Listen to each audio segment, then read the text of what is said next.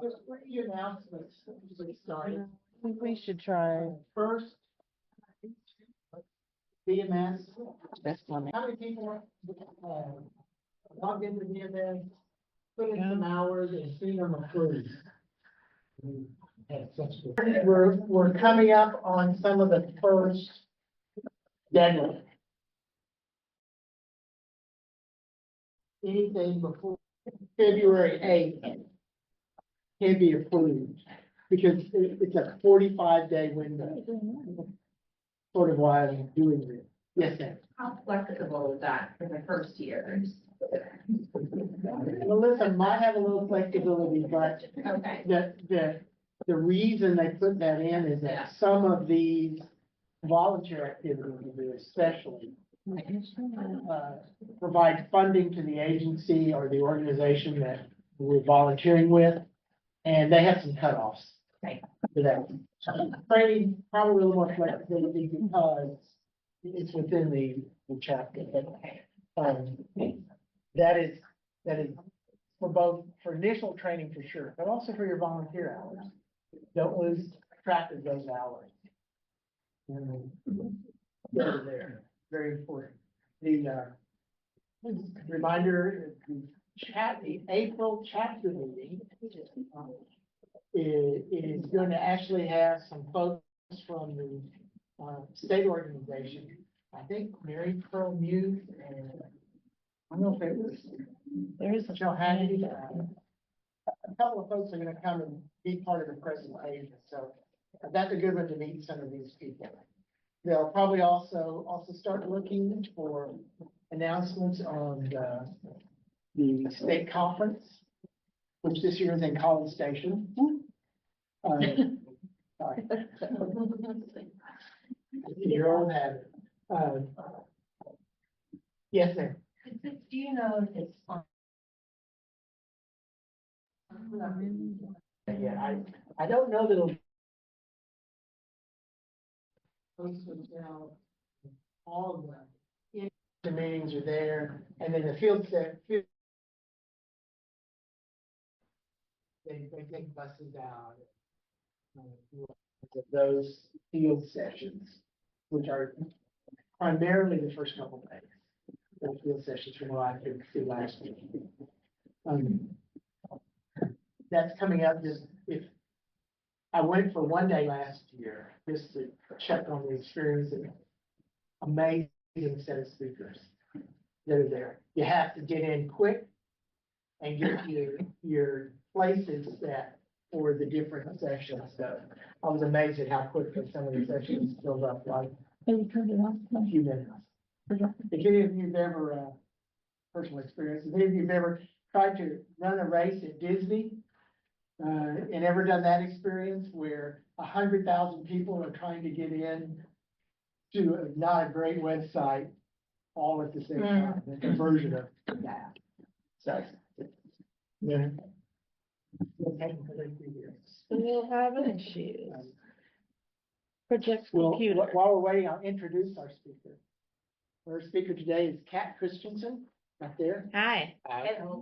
Kat is, got her bachelor's and master's in forestry from Stephen Austin, and is a newly appointed district forester for the Conroe and Cleveland area. Stationed, literally stationed, because there's a house in the forest that she's living in W.G. Jones Forest, which is where we're going for a walk today. So we want to welcome Kat. She's, I knew her previously. She was working for the Woodlands Township. And now she's in her sweet spot with using her years of learning experience to now start doing teaching in real work. She was giving a quick update to us beforehand on the Pauline Road fire, which she said they've done a great job of containing that. It was. This one. Yep. Yep. Yep. Any questions? Look at right on the side.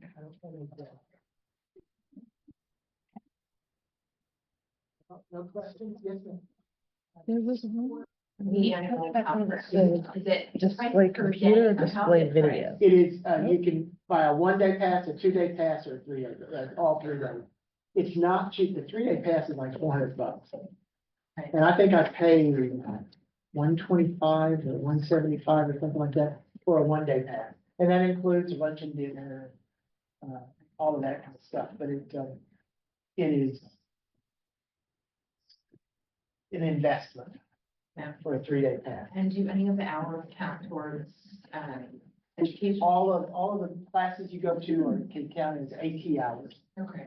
for your, if going forward, for the rest of this year. And as a sidebar to that, if you're keeping track of your hours, pretty soon some of you will be close to your 40 hours. Initial training, Did not find. after you've completed and got approved those 40 hours, as you keep coming to class, which we hope that you do, Okay. those hours can go from initial training to just AT single presentation, I think is what has to cost them. And they will count towards your 8 hours you need, a lot of math involved here, for your Try somebody else's computer. overall certification. So the point is, you Yeah. graduate with your 40 hours of initial training. You certify when you get your 40 hours of volunteer work for your initial certification. If you do 40 more hours in 2025, you double certify and you get not only your initial pin, but the, what is it this year, the rattlesnake, roadrunner pin this year. So there's a lot of steps you can go through, but once you hit the 40, you can use those additional class hours as training hours. Yes, ma'am. As Michael said, my name is Kat Christensen. And in case you have any questions, you can always call me or reach me at my email. So I'm gonna give that information to you guys. Sorry if I write crooked. I have not written on a whiteboard in a long time. Like Michael said, I am the district forester for the Conroe and Cleveland offices. I'm under Region 4, and so that consists of Huntsville and Conroe and the Cleveland office. And so I'm over Conroe and Cleveland. And I am stationed at the Jones, so I manage the Jones Forest, and then also have 13 counties, surrounding counties that I'm in charge of, that I meet with landowners on. We're actually having a new landowner workshop coming up on May 16th, so if you own land and are interested, it's geared towards new landowners with more than 3 acres of property. So let's go ahead and get started. I'm going to start out with some definitions. And I don't like to hear myself talk all too often, so I'm gonna ask that you guys participate with me. So we can collaborate together. Don't be shy. If you think you know an answer to something, or if you have a question, let's just keep this very conversational as we go on, okay? So let's start out with forest ecology.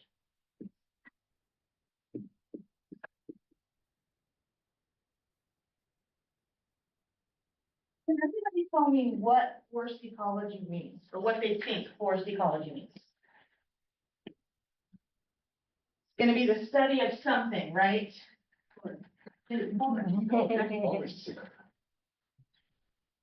I'm sorry? Is there an L. Wanda Bennett in this room?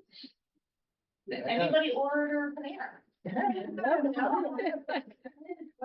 Maybe they were in the forest.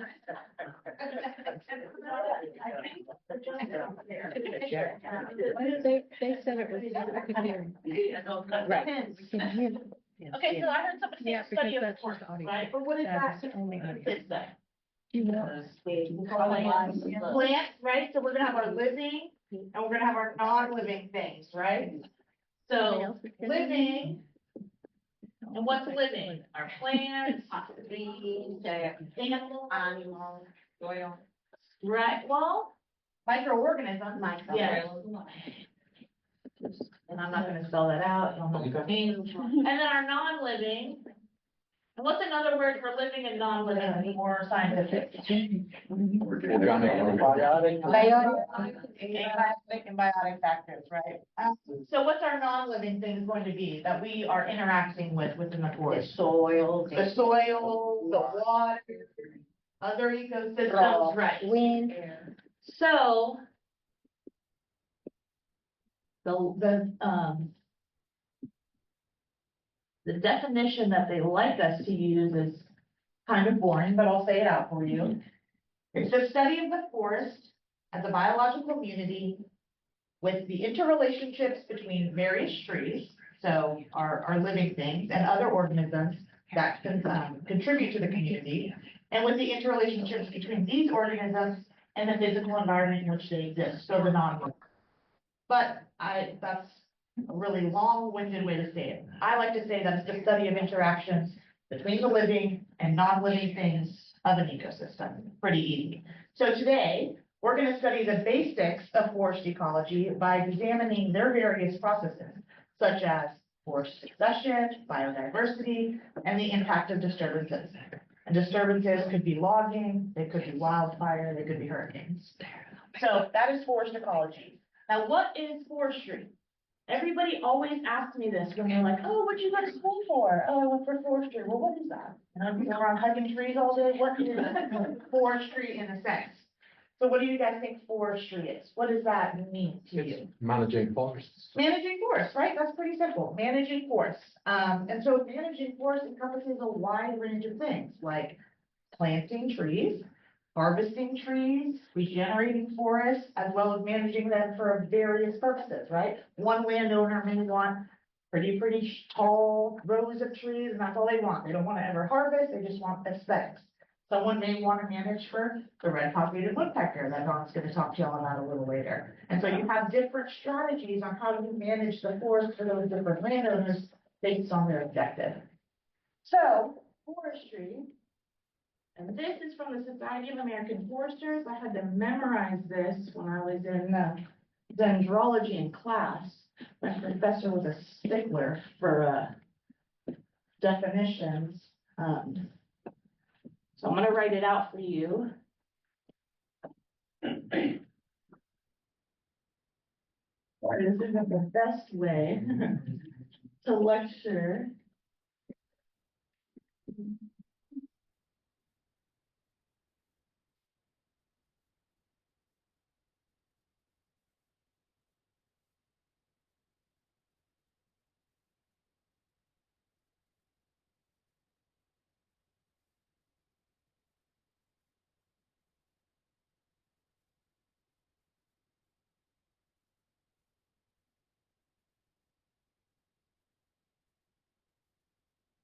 You guys see that, or do we need lights? The lights would help.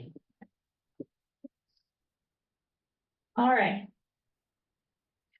So it is the science, art, and practice of creating, managing, using, and conserving forests in a sustainable manner to meet the desired goals, needs, and values. And we're talking about whether that's a landowner, organization, an entity, whatever, it's their goals that we're managing for.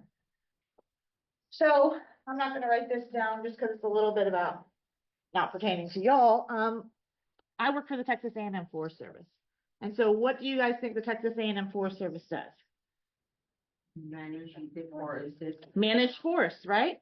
So we're a statewide leadership agency, and we ensure the safety of our state's trees, our forests, our natural resources. And our goal is to protect them and sustain them for the benefit of all. We were created in 1915 as part of the university system to be free of political interference and adhere to science-based principles. And in 1915, we started out with 6 dudes on horses. Literally, 6 dudes on horses in East Texas, and their goal was to take any action any action deemed necessary to prevent and extinguish forest fires. That was their main goal.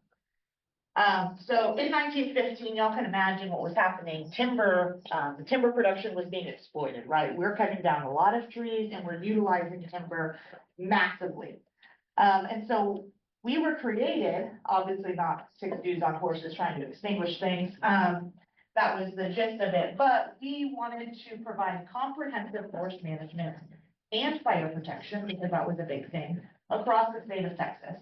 And so our primary goal was to support the state's booming forest industry and protect our natural resources by addressing issues like wildfire prevention, forest health issues, and conservation. And now, 100 years later, 110 years later, we are here today, and our mission for the Forest Service is pretty simple. It is to conserve, protect, and lead. Now, the Forest Service has only about 500 employees, 550 employees. How many people are in the state of Texas? 27 million, 28 million, thousands of people coming here every single day. So lead is the most important part of our mission, because I can't talk to 27 million people like I'm talking to you guys right now. And so our goal is that we want to lead by example, and we want to let people know our mission so that they can then pass it on, right? So every person in our agency, every program in our agency has one mission, and it's to build the capacity of others, right? So that they can then build the capacity of others, and so on and so forth. And what we call it in the agency is Texans helping Texans. Simply that simple, you know, I teach you, you teach your neighbor, and we all learn that way. Because I can't talk, like I said, 500 people can't reach 27 million without the help of the village.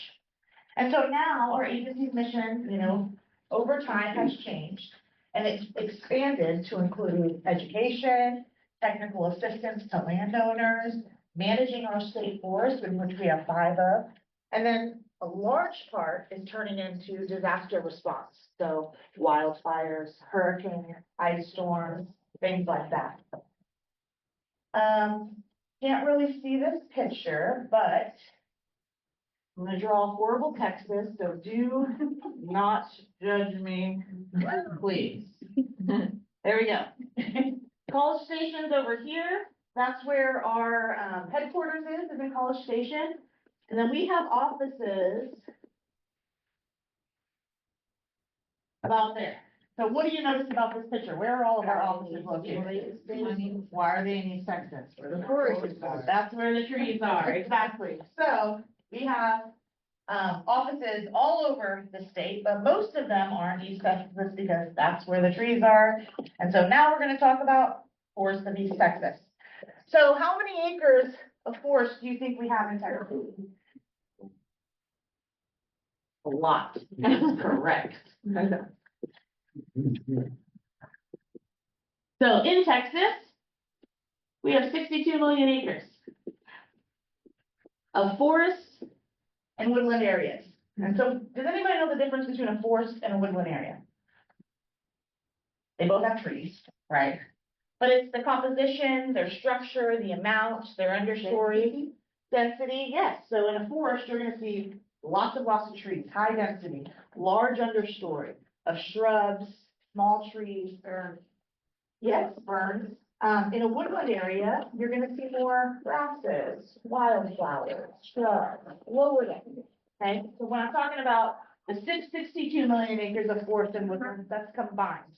In East Texas, we have 12.5 million acres in East Texas of just forests, which is a lot. So 62 million acres is the size of Louisiana and Mississippi combined. It's a lot of forested and woodland areas. It's a lot of trees to manage and take care of. 12.5 million in Texas, in East Texas, just of forest, which is the second largest in total forest land in the United States. I'm sorry? Almost 55%. Yes, yeah, it is 23% of our land area in Texas. Do you know which is the first one? I'm sorry? You mentioned. What the percentage? section- No, you mentioned. Oh, do I know who the first one is? I do not. Probably, probably Alaska. Yeah. Okay, so this is a lot of forest, but who owns it? Private. You're gonna think it's mostly private, right? So here's my little pie graph. We'll do a little sliver. Hey, Kat, PowerPoint came to our Gmail account. Oh, So, so y'all can follow along. Oh, yeah. Okay. Okay, well, did everybody have it or y'all? it just came over. Okay, well, y'all can open that up and I'll continue to do this. So this is 69%. Thank you. This is 23%. This is 8%. So we have private, industry, and public. Can y'all tell me which is which? Match the numbers. With who owns it? 8%, 23, and 69%. Who do you think owns 69%? Private landowners, correct. What about 23%? Industry, correct. And then the public, 8%. And so, the public is what we are, Texas A&M Forest Service. And so, most of our land is owned by timber companies, private landowners, ranchers, individuals. The state owns several acres, which includes the 8%. And those are managed by us, which we oversee conservation, forestry, fire prevention efforts, things like that. And then while it is less common, we do have a few national forests. Can anybody name the 3 national forests we have? Sam Houston, right? Davy Crockett. Sabine. Big Bend is a national park. Yeah, so Sabine, Sam Houston, Davy Crockett are our 3 national forests. And so our forests have changed over time drastically. So since 1935, 20 years after we were created, we have gained almost 2 million acres of forest because of the effort that we've put in. We have gained 270,000 acres of forest that has been converted from pasture to timberland, because we don't do that much pasture anymore in the state. But then we've lost a lot of forests, 160,000 acres to what? Urban development. Exactly, urban development. So why is it important to know who owns the land? Well, for one, you regulate. Well, because of restraints, right? So like there's a lot of political restraints for government. There's a lack of investment on return from the timber management or lack of timber management. A lot of people don't know, are just not educated on how to protect or manage their forests. And so it's important for us to know that because we want to get that education out there. We want to help let landowners know we can help you manage your forest. We're a resource. Who knows Smokey Bear? Everybody should know who Smokey Bear is. You'll be surprised. I went to an Arbor Day in Montgomery County, up by the lake, and we had, our little Smokey Bear stickers. And a little boy comes up, I'm like, "You want a Smokey Bear sticker?" And he was like, "Who's Smokey Bear?" I know. I made that face. I was like, "What?" I looked at his parent. Well, no, I just looked at his parent and I said, "Shame." Shame. But it's surprising. Most of us know who Smokey Bear is, and what does Smokey Bear do? He prevents wildfires, right? And so we love Smokey. We still do a lot of Smokey talks today, but Smokey Bear was one of our most successful and unsuccessful marketing campaigns in history. And why do you think that is? Why unsuccessful? Exactly. Why was it unsuccessful? Why do you think? We need some fire. You need fire. Yes, you need fire to manage the health of the forest. So we have this cute cuddly bear that's saying fire is bad, fire is bad, fire is bad. And so people stopped burning on their land. People thought, oh my gosh, a wildfire, that's horrible. We still burn on the Jones today. The amount of calls I get of people saying, "Oh my God, there's a fire," it scared people. People began to be scared of fire. And that wasn't the goal. The goal was for people to stop leaving their campfires when they go camping, or to stop throwing their cigarette butts out the side of the window when fire potential is high. So I like to bring that up because everybody loves Smoky, but they don't understand that it kind of has had a negative effect when managing our lands. Okay, now we're going to move on to ecoregions. Do y'all have everybody has the PowerPoint pulled up? Pretty much. Okay, so I can stop writing. So y'all can see obviously what an ecoregion is. I can't ask you anymore. But an ecoregion is an ecologically and geographically defined area that covers a relatively large area of land and water and contains distinct assemblages of natural communities and species. So what does that mean? It's basically defined by specific characteristics.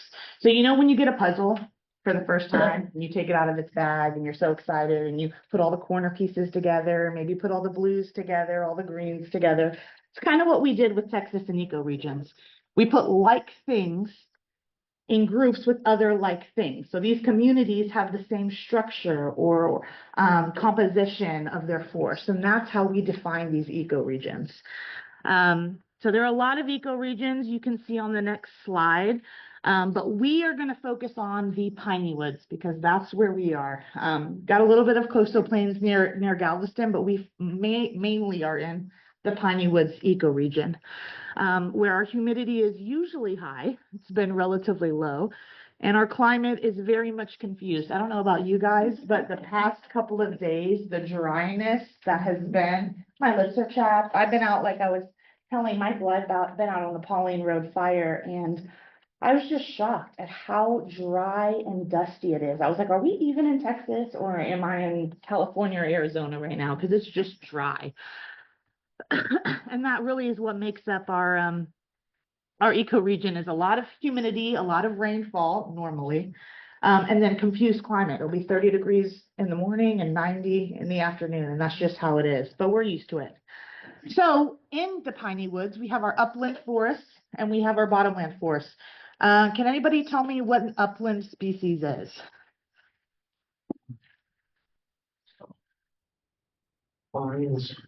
Pines are an upland species. A lot of oaks are upland species. Yeah, these are species that grow in drier areas. They don't need as much water. Now, all trees need, space, water, and nutrients, but these upland species don't need as much of it. And you usually find them in our more drier areas. So like pines, we have longleaf, shortleaf, and loblolly. Those are our southern yellow pines, including slash. We don't have that many slash left and definitely don't have any much longleaf left anymore. But then we have our oaks. We have upland oaks and bottomland oaks, and our upland oaks include post, blackjack, southern red, and water oak. And then we see our shrub species like yaupon and wax myrtle.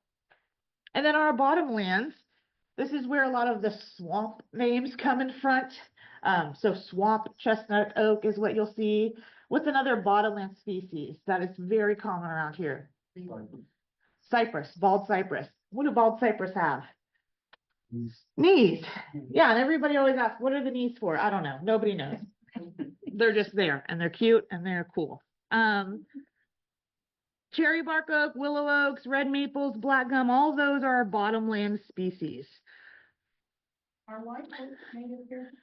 Yes, white oak is native here. Can you back up for a second? I'm the only one with the cypress trees, you said knees? Are those a little? Yeah, so when you'll see them at the Jones, we call them. What is that? Exactly, what is that? A lot of scientists think that it could be a way for them to get oxygen because they're submerged, because bald cypress can grow in upland areas, but it doesn't have the knees when it grows in upland areas. SFA has great examples on campus of the bald cypress growing in upland areas, no knees at all. You go down to where our ag pond is, and there's just knees everywhere, and you're tripping on them, and you're falling on them. So it has something to do with them being submerged, but why has not been proven. It's just been speculated. So you will find bald cypress with knees when they're in a bottomland area, not when they're in upland areas. So you'll see it both. Okay, now we're going to go and talk about succession. So, has anybody seen The Lion King? I'm sure everybody's seen The Lion King, right? And so at the end of the movie, when Scar is facing Simba, And, well, Simba's left and he's, had his little joyride with Timon and Pumbaa. And back home is just becoming desolate because Scar isn't taking care of anything. And it's literally barren rock. And then the fire comes through, right? And they have their huge fight.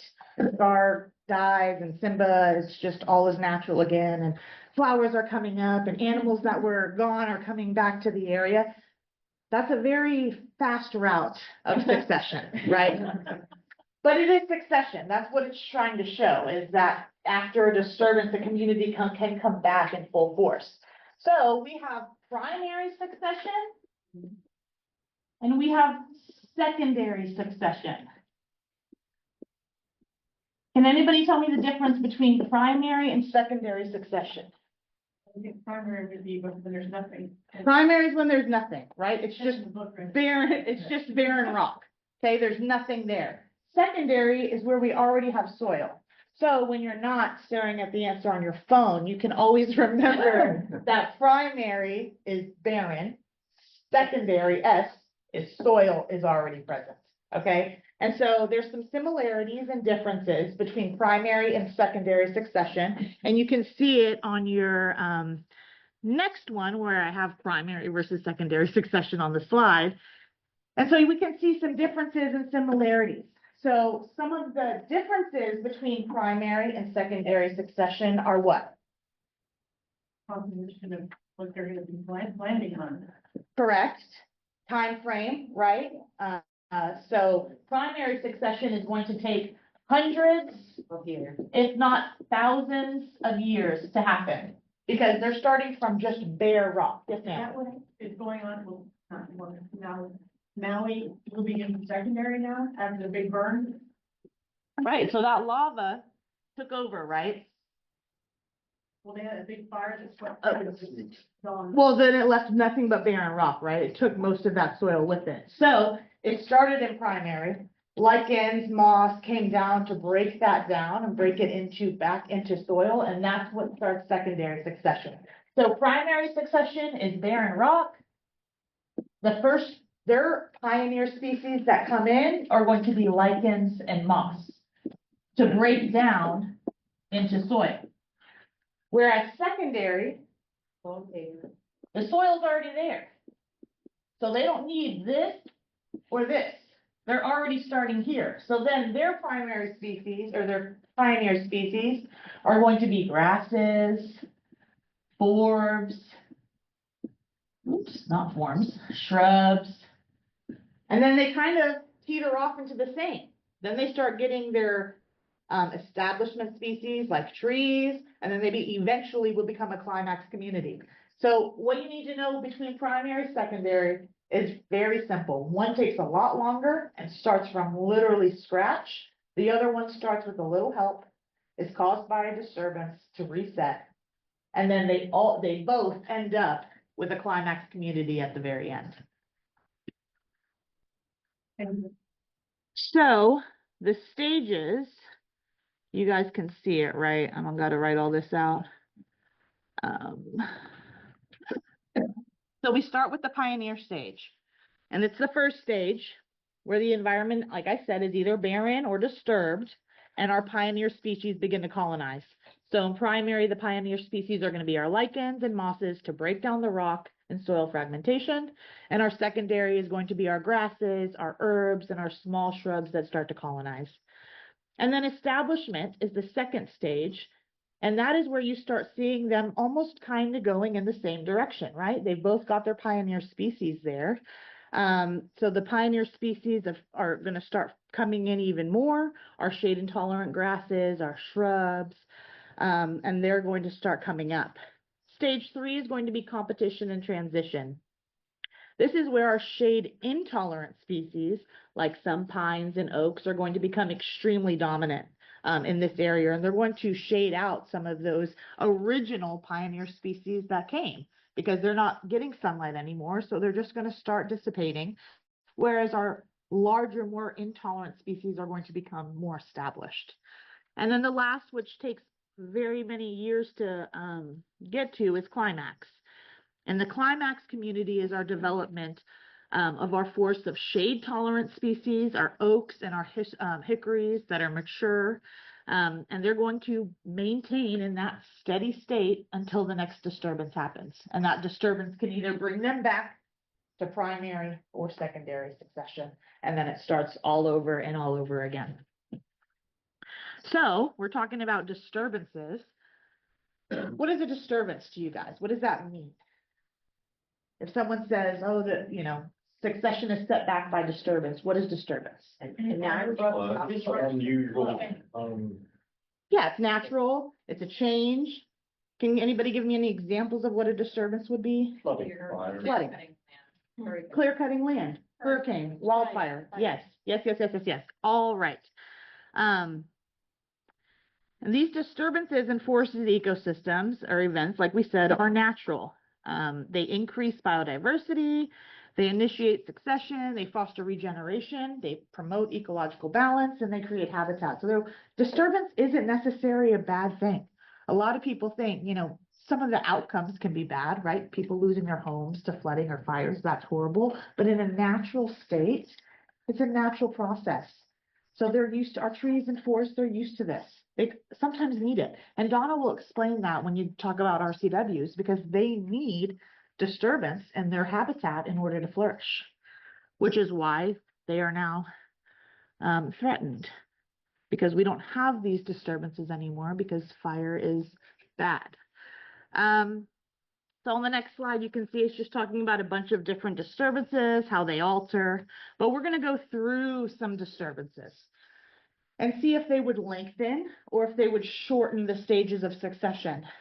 So try not to look at the notes. Those are the answers. So when we're talking about a wildfire or prescribed burn, they both have the same outcome to a forest. It's just the amount that they cause. But when you're looking at a wildfire, how do you think it will affect succession? And will it make it move to an earlier stage or a later stage of succession? I would say earlier, Earlier, why? because the fire is going to remove, a lot of the things that are in the surface. Right, The it's- things that are in. Right. So it also depends on the intensity, right? So if we're looking at the Pauline Road fire that we just happened, right? Literally 3 days ago when it started, 2,400 acres burned. Fires going into the canopy, spreading across fire lines and creeks, and that's taking down the entire overstory. A prescribed burn, however, is just going to be to remove the litter, the dust, right? So it always depends on the intensity of that disturbance. But yes, you're right. It's going to lengthen the pioneer stage by killing back some of those hardwoods, some of those understory species. And what is that going to do? It's going to create openings for sunlight to come down. And then we go back to, after we have soil, getting our pioneer species coming in, getting our grasses, our forbs, and things like that. I think depending on the species that you're talking about as well, so just like you mentioned, there are some trees that require fire. Right, yeah, so it's very dependent on the species. Everything, I used to hate it at SFA going to school when I'd ask a question, and a professor would be like, well, it depends. That's everybody's favorite word in forestry is it depends. But now in my professional career with it, it depends. It always does depend. So yes, it does depend on species composition, because some will be taken out much quicker and could completely set them back to secondary succession where there's nothing but soil, like a clear cut, as you were stating earlier, a clear cut would remove everything, nothing but soil. But if you do a selective harvest, you still have some mature trees, so that wouldn't bring you fully back. It would just bring you a little bit back. So yes, it always just depends on your species composition and what's going on and how intense that disturbance was. So what about an insect outbreak? A lot of my landowners worry about insects, and we'll talk a little bit about them later, but an insect outbreak. So for example, southern pine beetle, say it gets into your pine plantation, wipes out 80% of your pines. What does that do in terms of succession? You just knock it back. Right, same thing. It's gonna just knock it back. And of course, the intensity always depends. And so usually when a lot of pines get removed, hardwoods are going to start taking over that habitat, because hardwood seeds, you gotta think about a maple, right? Maples have samaras, the little winged seeds that can be moved by water, can be moved by wind, can be moved by animals. I don't see many squirrels with pine cones on their back moving them. You know what I'm saying? So hardwoods have a lot easier job of moving their seeds into disturbed areas. And so usually when you see a pine, all pines get removed. Even when you do a clear cut and you remove all the pines, hardwoods are usually the first to establish just because their seeds are lighter and can spread more. And so that's what will happen if an insect outbreak happens. It will set it back succession depending on the intensity, and then usually change the composition if not managed properly. Okay, so what about development? How does development affect succession? The primary, that's the reason why.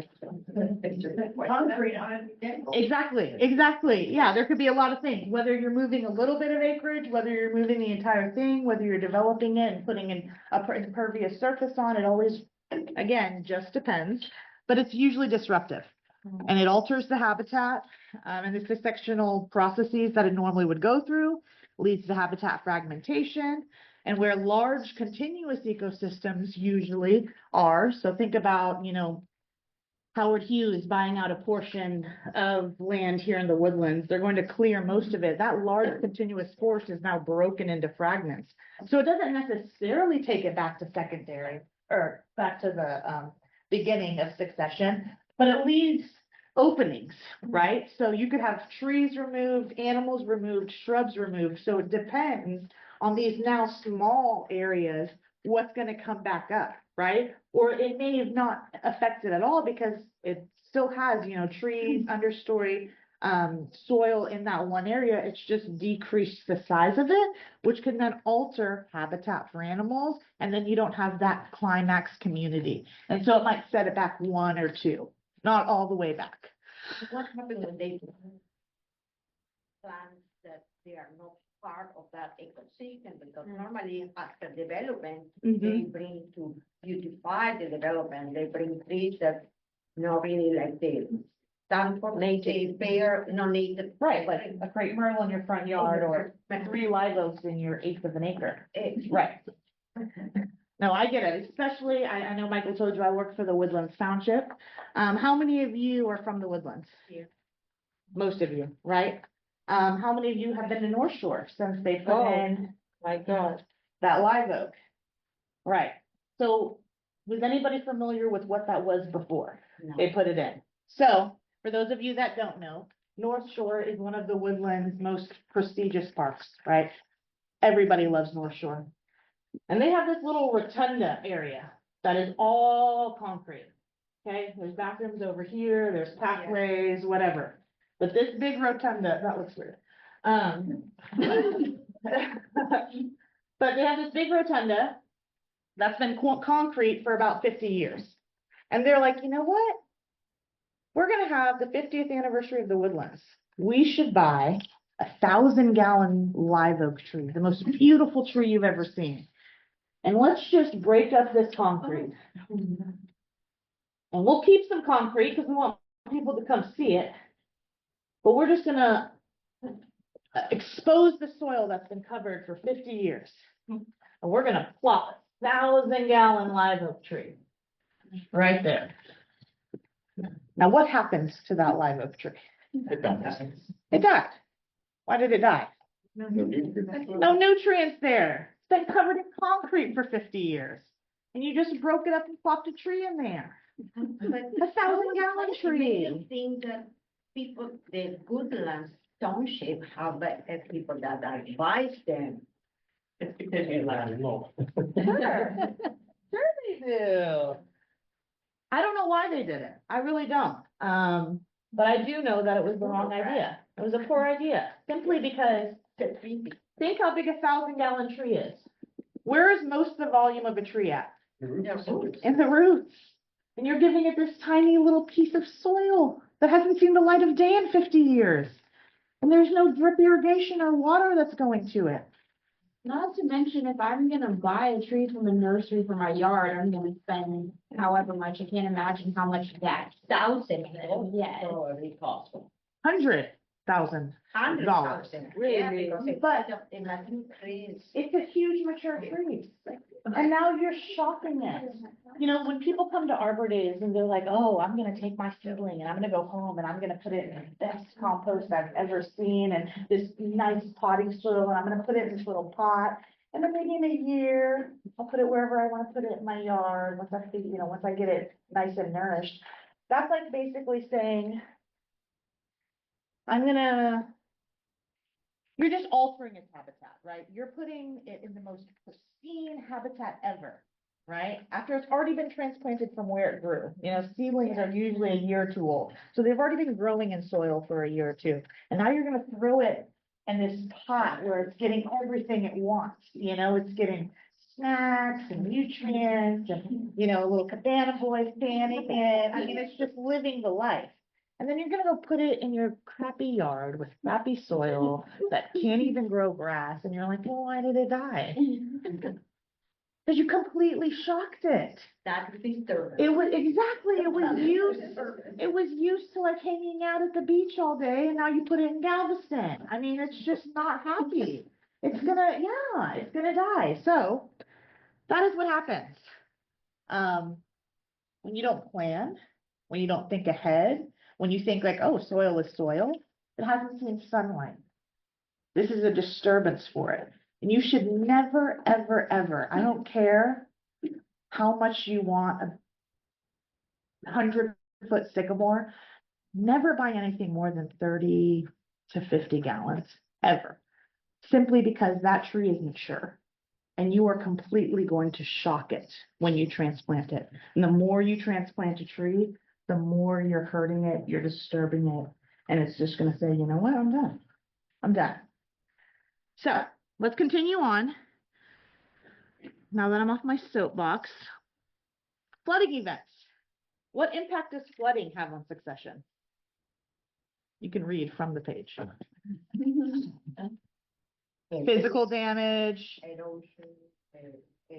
erosion. Nutrients. Yeah, yep. Displacement of animals, sediment deposition. So floodwaters can literally uproot plants. We've seen that, right? When a huge flood comes in and you see trees that have toppled over, they can break the stems. Too much water on an upland oak can cause root rot because it's not used to it. It deprives it of oxygen.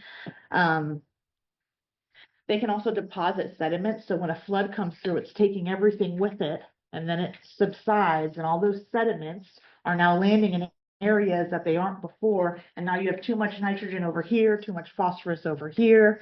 They can displace both aquatic and terrestrial species. So floodwaters can have a lot of damage, and they can either set back or set forward depending on where they're depositing things. Right? So if you have a clear cut, a floodwater comes through, you have all these seeds, all this nutrients that plop in, you can speed up the rate. And before your grasses and forbs have even come, you got pine seedlings coming up, right? So flooding can really disturb either setting it back or accelerating succession.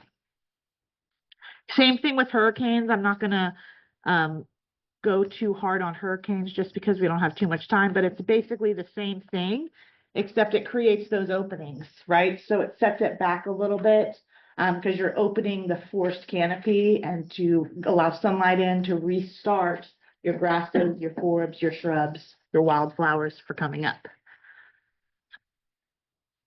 And then recovery. So after a disturbance, it always goes through a recovery period. Your vegetative communities have to recover from these through natural processes. And so no matter which disturbance it goes through, there's always a plant community equipped to establish life itself on that site. So when we were going to take a 15-minute break, but we're just going to take a little 10-minute break. And then we're going to talk about regeneration options and forest management and how we manage our forests. So quick 10-minute break, and then we'll get back into it. Just as an aside, I wanted to take a moment before we get through it, especially kudos to Kat. What you don't know is that I think she found out about this sometime late this week that she was giving this presentation. Yesterday. On the fire. And that was after spending 3 12-hour plus days at the Pauline Road fire. So, I got a call last night at supper time and said, "Hi, this is Kat. I just want to let you know, I want to do your presentation tomorrow. Where is it? When is it? What am I supposed to do?" So I just want to, before I forget, say thank you to her for stepping up Of course. and doing it. Thank you. Thank you. With the fire. So I was tracking resources. So the incident commander of over the fire was my coworker, Jason Calvet. And so we literally on Wednesday got red card certified. So for those of you who don't know what that is, you have to attend 130, 190 wildland firefighter training. And then you have to pass your PAC test, which is scary. The PAC test is 3 miles in under 45 minutes with 45 pounds of weight, and it is walking speed only. And so Wednesday morning, we did our PAC test at 7 a.m. at Windville Park, around 242. And then about an hour later, after it was done, we got called to the fire and we're out there all night. And I was able to do it because I was just red carded that morning at 7 a.m. So what I was doing was working with Jason, the incident command, the IC on it, and basically tracking all of our resources. So we use field maps. And so I was looking at all of our resources we have out there, meaning crews and our dozers and trucks. And I was just making sure that they were correct, and working and in good working condition and getting breaks. So I would get the list of resources from the IC post and then drive about 15 miles into the fire, track the dozers, track the crews, make sure they were good, and then go back and back and back and back and back. And then the last day I was pretty much just driving around, checking the blackouts, seeing some of the fire behavior, learning from my coworkers. So yeah, that's what I was doing. You mentioned it was private, one owner, multiple owners? Multiple owners. But it was all private Do land. you know what the origin of the fire? It started off from a prescribed burn that just got out of control. Would get out of. Right. How often it could be that they get out of control, something that is good for the environment, Well, it always just depends, So, when you're doing a burn, you always have a plan. And so you gotta make sure that wind conditions are right, relative humidity, temperature, all the factors that go into it are the right conditions. And as soon as they, you could start the burn and then the conditions are perfect and then it could take a turn and then they're not. So there's always a risk when doing a prescribed burn. And so you gotta be aware of that. and I apologize. Then when you have a fire that you are starting, for prescribing, you call it? Prescribed, yeah, Prescribed. prescribed, controlled, whatever. Control fire. Do you require a permit, somebody go and supervise that fire, or? Well, there's always is it a private There's land? always a chain of command, so you'll always have a plan in place, you'll always have someone checking, the climate, the weather. You'll always have someone in charge, you'll have people on the ground doing the work, so it takes a village really to put one on. So, yeah. Thank you, I'm sorry. Yeah, no problem. All right, so let's continue on. Let's hope my computer doesn't die. We're good. Okay, so now we're going to talk about forest management. So it should be slide number 35, forest management. Moving on to slide number 36, we're going to talk about the 2 different types of management. So there's the preservation management style, and there is the conservation management style. What is the difference between preservation and conservation? Conservation suggests preserving it, no change, keeping it as it is. Right. So what does that remind you of in the United States? What systems or agencies have the preservation mindset? Historical areas, national parks are probably the biggest one. It's keeping those areas, a lot of national parks like Yosemite, Yellowstone, you actually have permits to go to certain areas, right? Because they want to limit the amount of traffic that they get through because they don't want to alter anything. Whereas conservation, on the other hand, is seeing the resource, understanding the resource, and managing for the resource. So it benefits both the ecosystem and human wants, desires, and needs. And so those would be our national forests, our state forests. So as I said, we have 5 state forests that the Texas A&M Forest Service manages. And a lot of them, all of them, are what we call working forests, which means we manage for habitat like RCW that we have on the Jones, but we manage for recreation, you know, the enjoyment benefit of all, but we also manage for timber. So the Jones doesn't do it anymore simply because we're the most urbanized state forest that we have.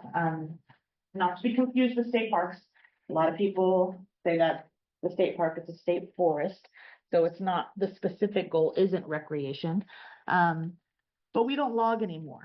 And so it's hardly a working forest, but we do burn. But all of our other state forests, like the CP, they manage while also utilizing the timber. So they'll sell off lots of timber, they'll cut, they'll harvest, sell it, and then use that money to put back into managing the area. And that's the conservationist point of view. Whereas the preservationist point of view would be like Yellowstone, we're not touching anything, no tree will be removed, nothing is being altered, we're gonna keep it in the state that it is, natural, and for the beauty and for the enjoyment of people, but not to utilize any of its resources. So, going on to that, there's a bunch of different objectives as a forester that I have when I'm managing for someone's land.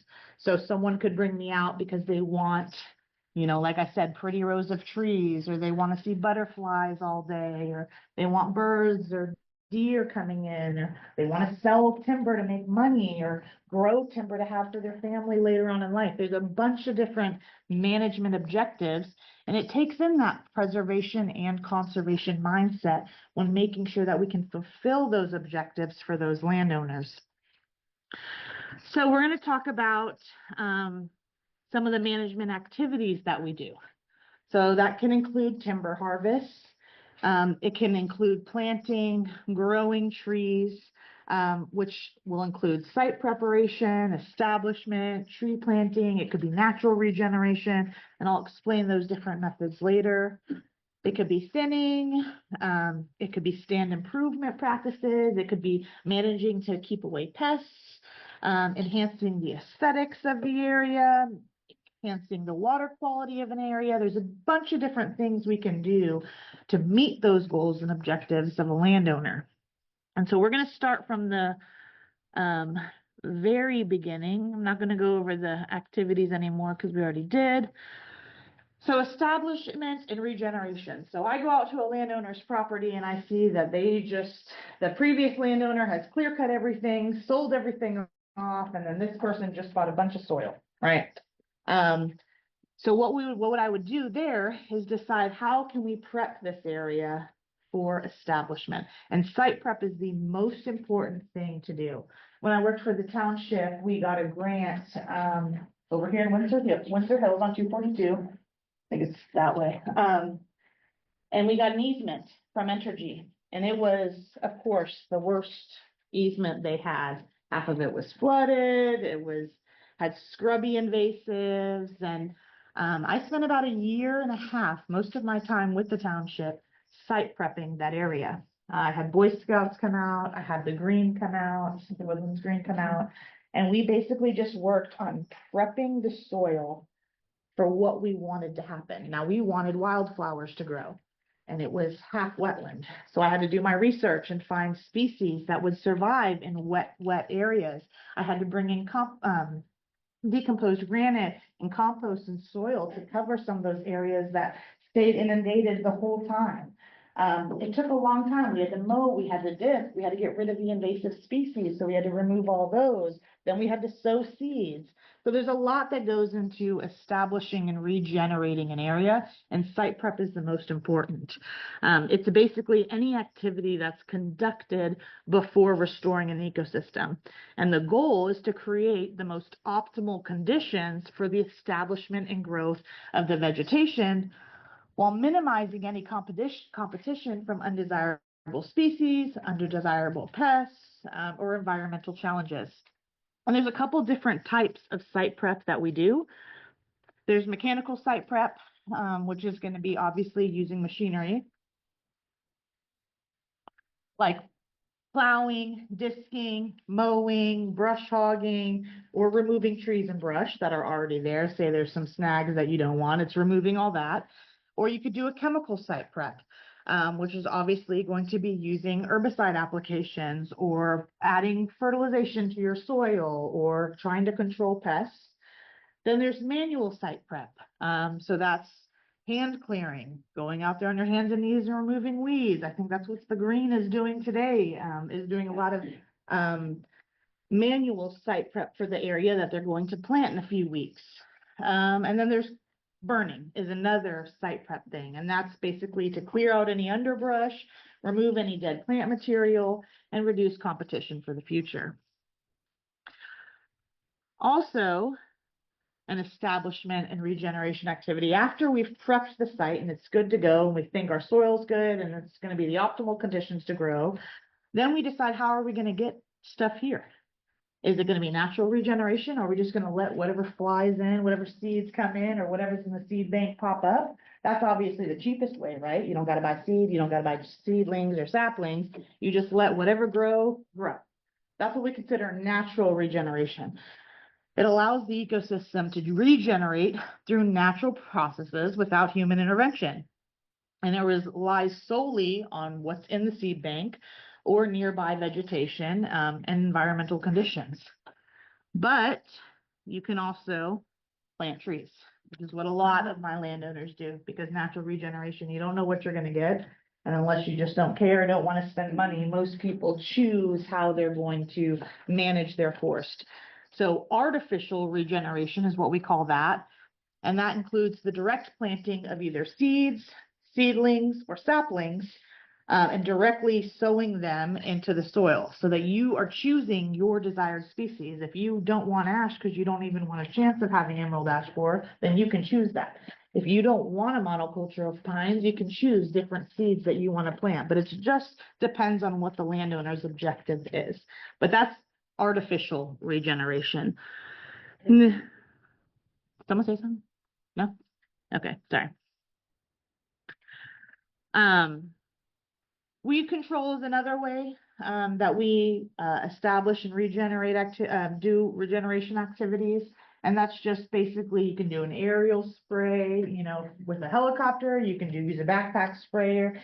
And that's just once you start either letting natural regen occur or artificial regen occur by planting any unwanted species like tallow or privet that come up that you don't want, you can control them and control their growth.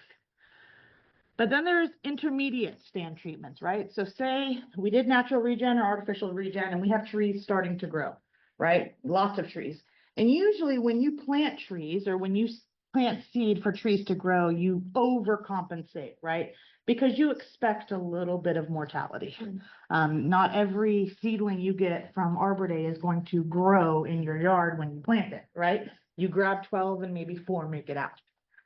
But sometimes they all do, you know, sometimes you get a high regeneration rate and you have 90% of the 3,000 trees per acre that are popping up, and now you're overcrowding. And so there's intermediate stand treatments that you can do before they get mature to kind of help keep the forest healthy. So if you have 700 trees per acre, you plant 700 trees per acre, and 500 trees per acre are coming up, that is way too many trees. And they're all going to be fighting over what? Resources. Space, sun, water, all of that. And then you'll just have a bunch of scrubby trees if you don't do anything. So what we do is thinning. And a lot of times when it's artificial regen, we plant in rows, right? And we usually do like a 3rd row thinning. So every 3rd row we'll take out, or every 5th row we'll take out, or every 7th row, and so on and so forth we'll take out. And that's just basically not because the trees are bad, right? They could all be good trees, but eventually, you know, some of them will suffer. So you might as well decrease them now so that the trees that are, you know, there can use those nutrients, use that space, and become even bigger. It reduces crowning, it increases sunlight, nutrients, and space for the remaining trees, and it can accelerate the growth of the forest, you know? If we're all fighting over the same nutrients, it's going to decrease their growth, but when they have plenty of nutrients, sun, and space coming to them, it's going to increase how much they accelerate. Another stand treatment that we do is burning, controlled burning. And so we do that. Usually you have a burn plan. We do that every 3 to 5 years. At the Jones, we burn every 3 years our stands. So we'll do a couple each year and rotate. And that's to control understory brush. There's countless times where I'll go out to a landowner, right? And I'm on their property and I'm like, wow, this is beautiful, but it's scary. You know, there's a lot of ladder fuels. And usually, what is it? Yopon. Yeah, Yopon is taking over. And Yopon, while it's native, can take over an area. And if it's not controlled, it literally can take over an entire understory. And then you can't even walk through. And so what we do to control that is burn. In 3 years, you're not going to have a 9-foot Yopon, but you will probably have a 2 to 3 foot Yopon. And so when you have fire come through, as long as you don't have too much of a mid-story that can connect, a nice burn through will just clear up that forest floor.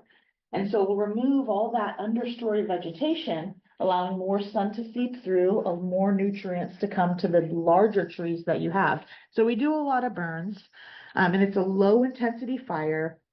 It's basically to mimic a natural cycle in certain ecosystems, and it can reduce competition. The main goal is to reduce competition from invasive plants and return nutrients to the soil, because it's burning up all those dead plant material and live plant material. And where does the nutrients go? It doesn't just poof, it's gone. It goes back into the soil, right? So it's just a continuous cycle. It opens the floor. It opens for habitat. Like I said, Dawn is going to explain that later, that RCW has to have a clean forest floor. They like it nice and neat, like little OCD birds. They want it clean. So if you want RCW habitat, you have to burn. What was your question? When you do that prescribed burn for the understory, trees, their bark those trees have a natural fire protective. Yeah, it doesn't really affect that. I mean, obviously it will depend on the intensity of the fire. So like at the Pauline fire, those were crowning fires. So their leaves were burning, the whole stem was burned, but the whole point of a prescribed burn is low intensity. So really here down, you shouldn't see anything breast height and above being burnt. It's all pretty much waist down. The whole point is just to get the forest floor. Now, some might, you know, so if you have some ladder fuels, if you have some vines, or if the wind's a little high in one area, it might push it up. But no, it doesn't. The bark is so thick on pines and hardwoods that it does not really affect it. And in fact, longleaf pine needs it in order to open its seeds and even produce. So no, it does not hurt the trees. It just depends on how high it gets. Now, if it's burning all of its leaves and it's penetrating it for hours and it's smoldering through the hole or the bowl of the tree, then yeah, it will hurt it. But prescribed burns in general do not harm your mature trees.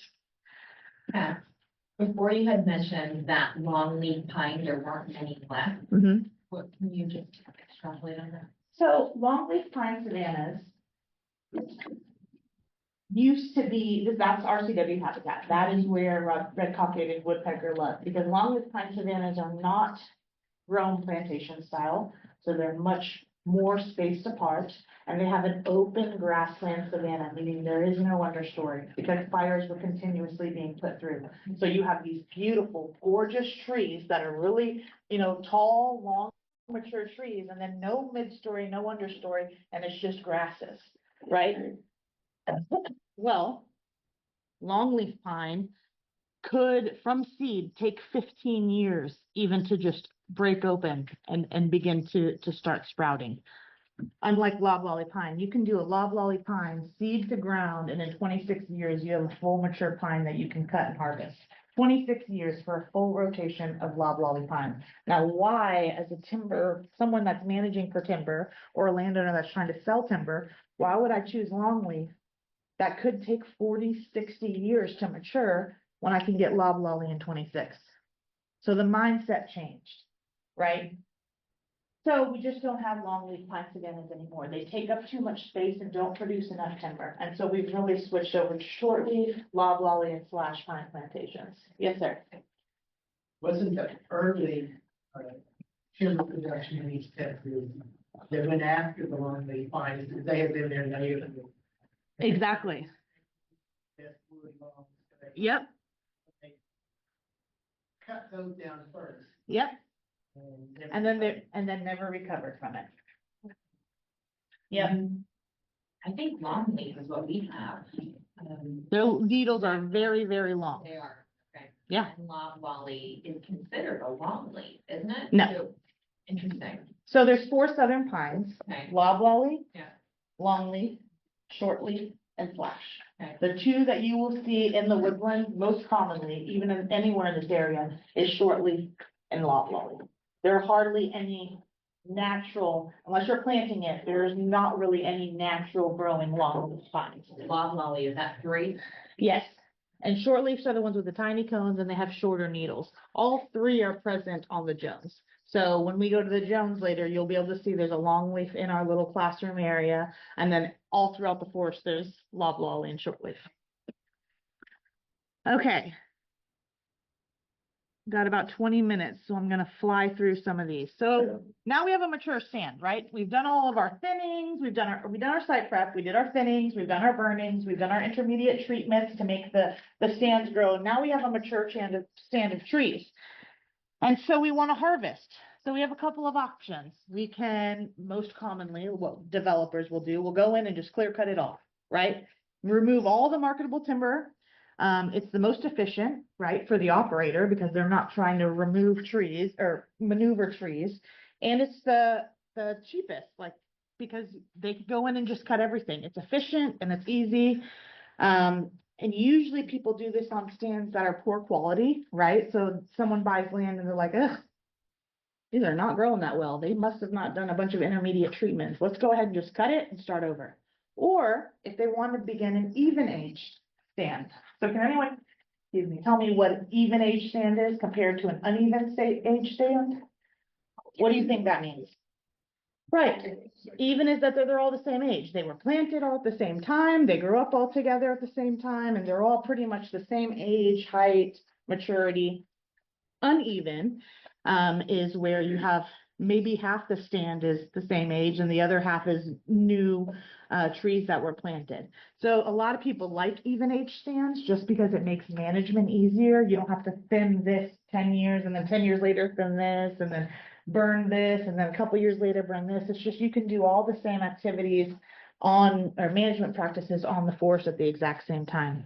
So one of the ways to harvest is a clear cut, and that's just completely taking everything from the forest at the same time. I do want to mention that if you are ever going to clear cut land, you need to stay away from streams, rivers, any bodies of water. Why is that? Why should you not cut the trees that are near that? Right, you want to keep a buffer zone. Why? What happens if you cut trees near water? If there's no trees near water? Erosion, sediment deposition, right? A lot of bad things can impact water quality if there's no trees to buffer it. So that's one activity, one management activity to cut timber is through a clear cut. Now there's another couple types. There's a seed tree. What do you think seed tree means? If I said I'm going to come do a seed tree cut on your land, what do you think that means? Planted by seed? Huh? When you planted by seed? So it kind of, so the trees are mature now and you want to cut some, but I'm gonna say, we're gonna do a seed tree cut.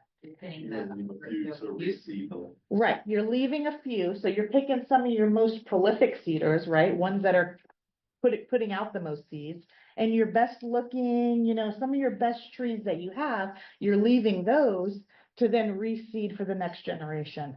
Right? So that you don't have to buy more. Because when you clear cut, then you have no choice but to hand plant or machine plant the rest of that because you don't want to wait and see what comes in. I mean, you can, that would be natural regen, but most people by artificially regenerating, you have to buy a lot of seed, put them in.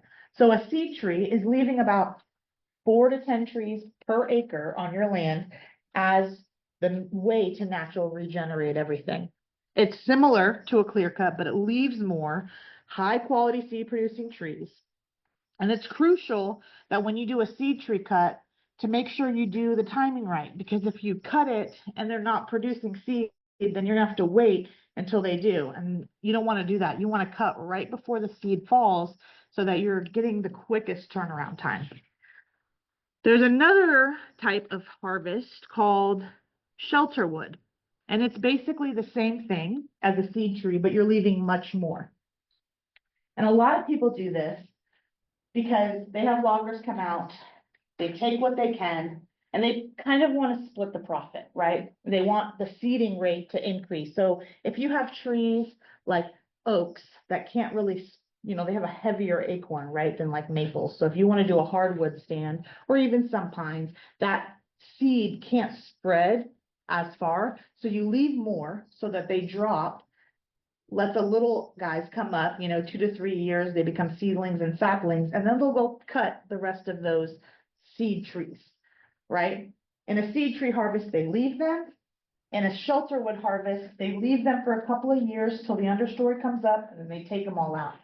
And a lot of loggers like to do this because they know they can come back and get a little bit money here, and then a little bit money 3 years later when they want to cut the rest of it. It just depends on what species you have and what the objective is. So if you have a lot of habitat, a lot of deer and stuff, you might want to do a shelter wood so that they have more cover, more mast, soft and hard mast being produced, and so that they don't scurry away and find somewhere else. So it all goes back to what is the objective for the property. If you don't care about the wildlife and you just want, timber production, then you probably wouldn't do a shelter wood harvest, because it does cost a little more.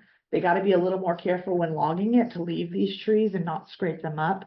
Again, just depends on what they want. So those are the types of harvests that we do. Remember when I talked about doing it, not harvesting near water?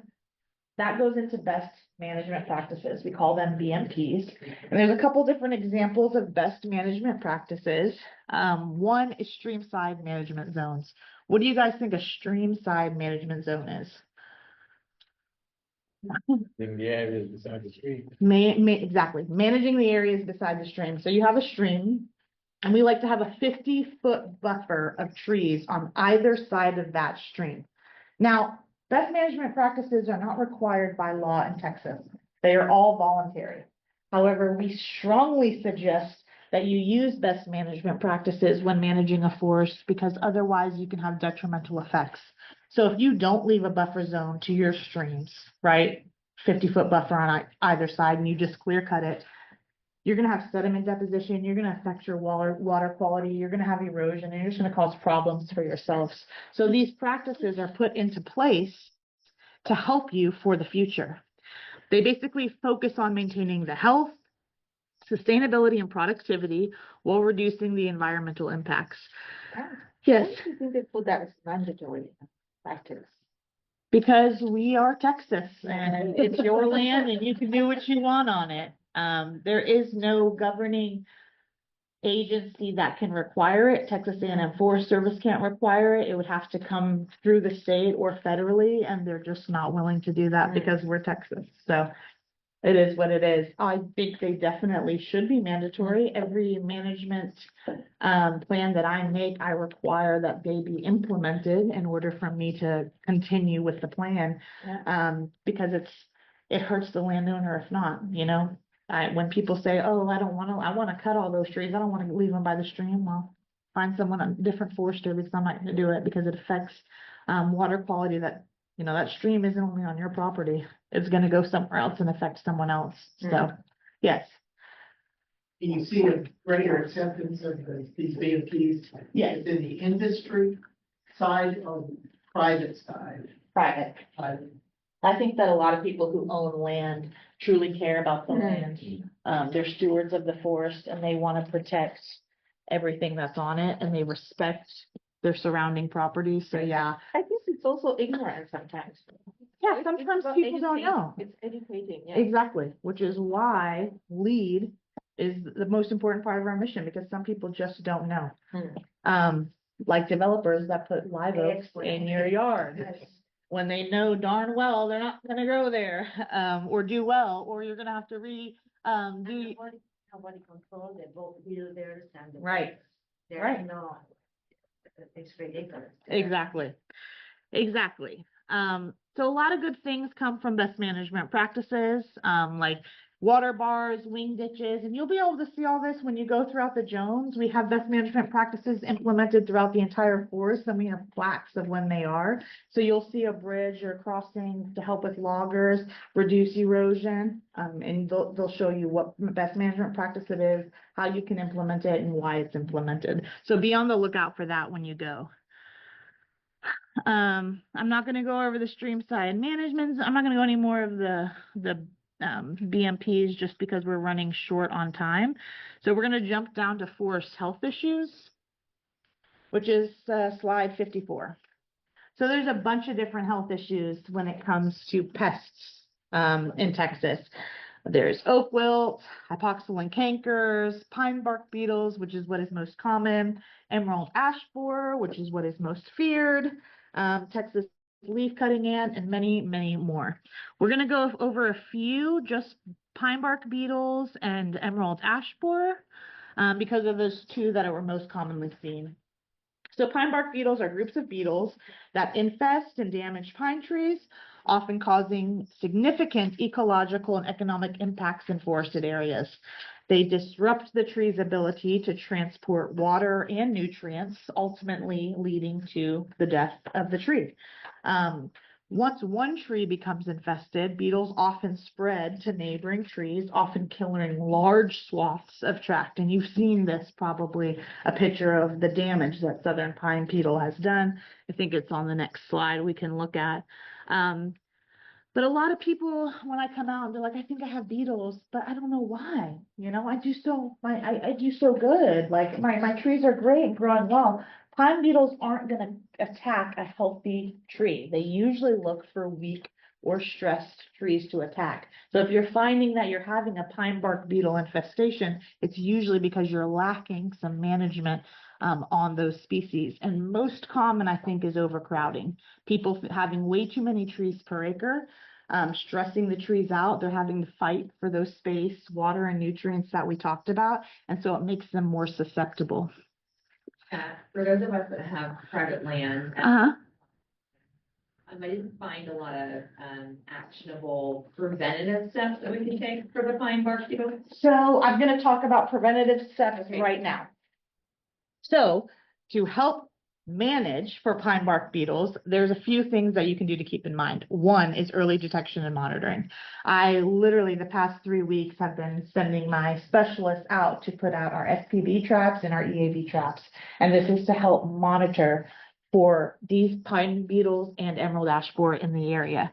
It's a way to take visual and aerial surveys, spot infestations, to see if these are in your area. And if they are, then you can start thinking about how you're going to help stop the spread or manage your area. Like I said, they do not attack healthy trees. So a sanitation thinning is always another option. If you notice that some of your trees are dying or being topped or they're infected, you need to get rid of them as soon as possible. And that doesn't mean just cut the tree down and leave it. That means get it off your property, burn it, do something, because they're in that wood. And so even if you removed it and you left it, they can still hop to another tree. So making sure you remove those trees completely is another way to help stop the spread. And then, of course, thinning and pruning your trees. That's going to help reduce the density, which can help reduce the stress over space, light, and nutrients. It can improve the health of the tree and make it less vulnerable for an attack. And then, like I said, using pheromone traps can help capture and control beetle populations. And it's just basically to help know, is it in the area? And you can let everyone else know, you know, hey, I'm seeing it in this spot. Make sure you do your thinnings, your prunings, your sanitation thinnings, just to make sure that you're not more susceptible for them to come infest. Without using, the southern pine beetle hasn't been captured in these Texas in many years. Right. It's our most destructive force that has been here. I think the last time that the Texas A&M Forest Service caught it was in 2008 in 2 traps. So. But other states have it, so. Yeah, but other states have it. So there's always a chance that it could come. It's just got to be mindful. Same thing with emerald ash borer. What is emerald ash borer? trees, what trees do they infect? Ash trees, right?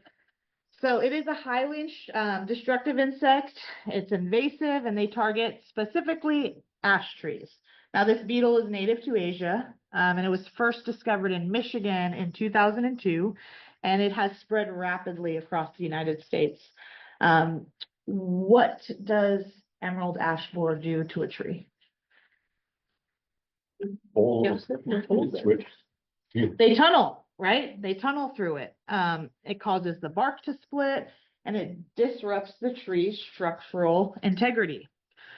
If you look on 58, slide 58, you can see an example in Ohio from 2000 to 2009, just 3 years. And it usually takes 2 to 4 years once an area is infested for it actually to do the extensive damage that can be caused. But it yellows the leaves, so you'll notice your tree's leaves yellowing. You'll notice dieback at the top of the tree. And I would immediately try to remove that tree so that doesn't affect other ones. But it can completely kill the tree in 2 to 4 years after an infestation if left untreated. On the next page is going to talk about when it was first detected, which was in Texas, which was in April of 2016 in Harrison County. It was then closest to us, detected in Tarrant County, but we have not seen it in Montgomery County or any of the surrounding counties near us to date, which is why we still trap for it to just try to find early detection of it in the area, but we have not. Just a note to everybody, April 12th presentation, it's going to be at Sam Houston State, not Montgomery campus, but not so long campus.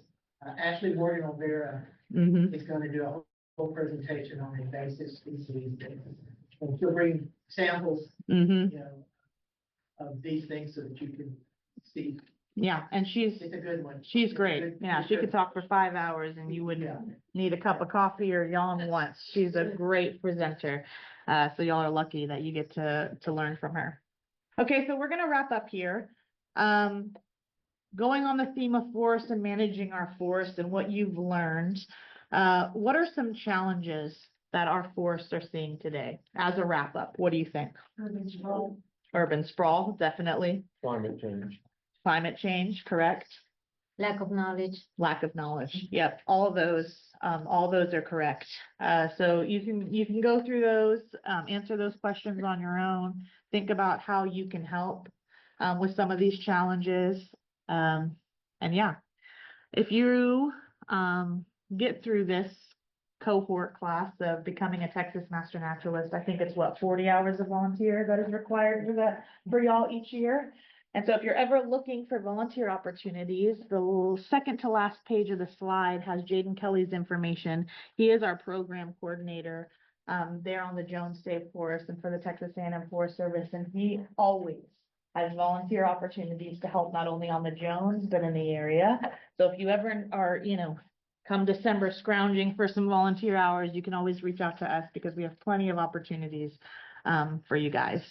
Jaden is also on our the chapter board as our advanced training advisor specialist. I'm not sure what the exact title is, but he is on our board also. Well, and we have Texas Master Naturalists that work in our pollinator gardens every single week. So you can always join them. Yes, ma'am. And how are you getting children involved?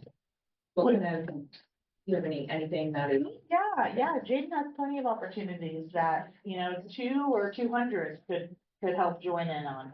So, whether that's picking up litter, we just got a bunch of grabbers in, so you can pick up litter around the Jones, you can help remove some of the trash from our pet waste stations, you can help garden in our pollinator gardens, you can help them with walks. I mean, there's a bunch of different things. We have Boy Scouts constantly out doing things. So yeah, there's plenty of opportunities for kids and adults alike.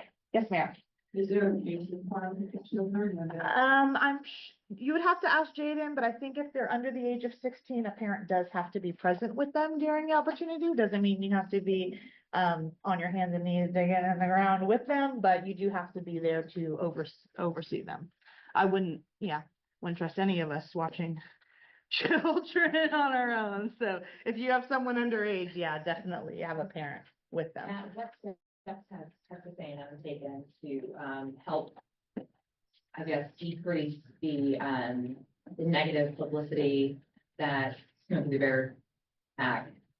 Have any steps been taken to re-educate the public, especially children, on sustainable and, You know, that's a great question. I know that, like I said, on our mission, the most important part is lead, and how most of all of our programs and agency employees, our goal is to lead through example and to lead through education. And so anytime Jaden goes out, he reinforces that, yes, wildfires are bad, but they're in this sense. Don't leave campfires lit. Don't throw cigarette butts out, don't start fires and leave them in a forest.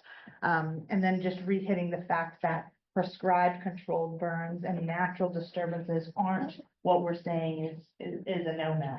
And so it's just, for me, any program that I'm gonna give, I'm gonna do what I did today and try to reinstill the fact that wildfires aren't horrible, especially controlled burns. A lot of our forests need them, and so just reinforcing that. but there's no statewide marketing initiative or, I mean, this is pretty, okay.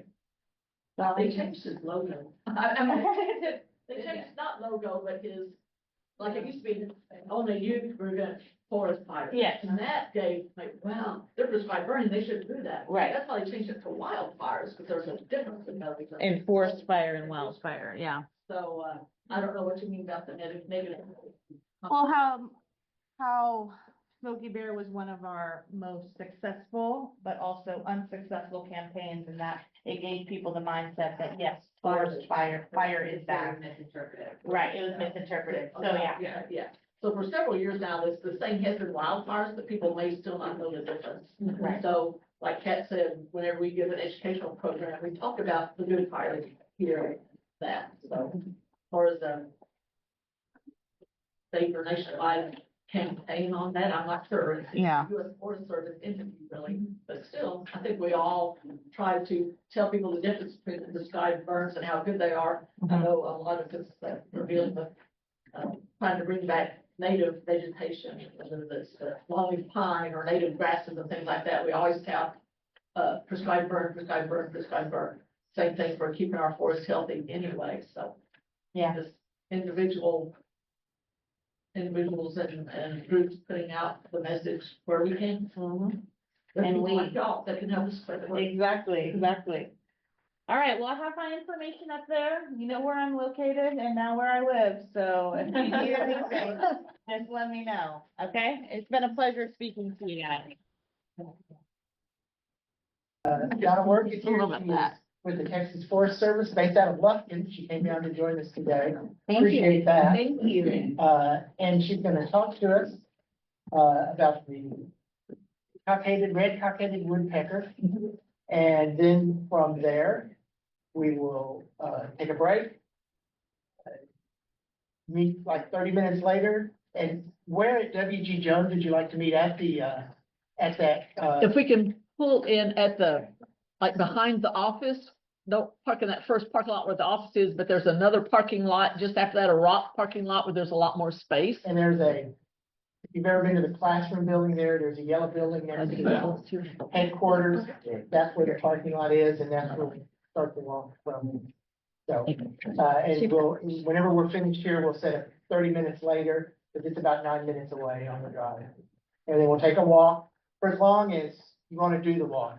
It's one of those where if you reach the point where you go, I've seen enough, or, I gotta go, walk back to your car and go. Yeah. So, Well, it's an easy layout of like a block, laid out like a block, and you can either backtrack or we'll just make a little block and that's it. we'll leave it to Donna. Welcome. Okay, we won't be out in the big boonies or anything like that. So, as you know, the W.G. Jones State Forest is kind of what we call our urban forest. So we're kind of plopped in the middle of a lot of development and urbanization.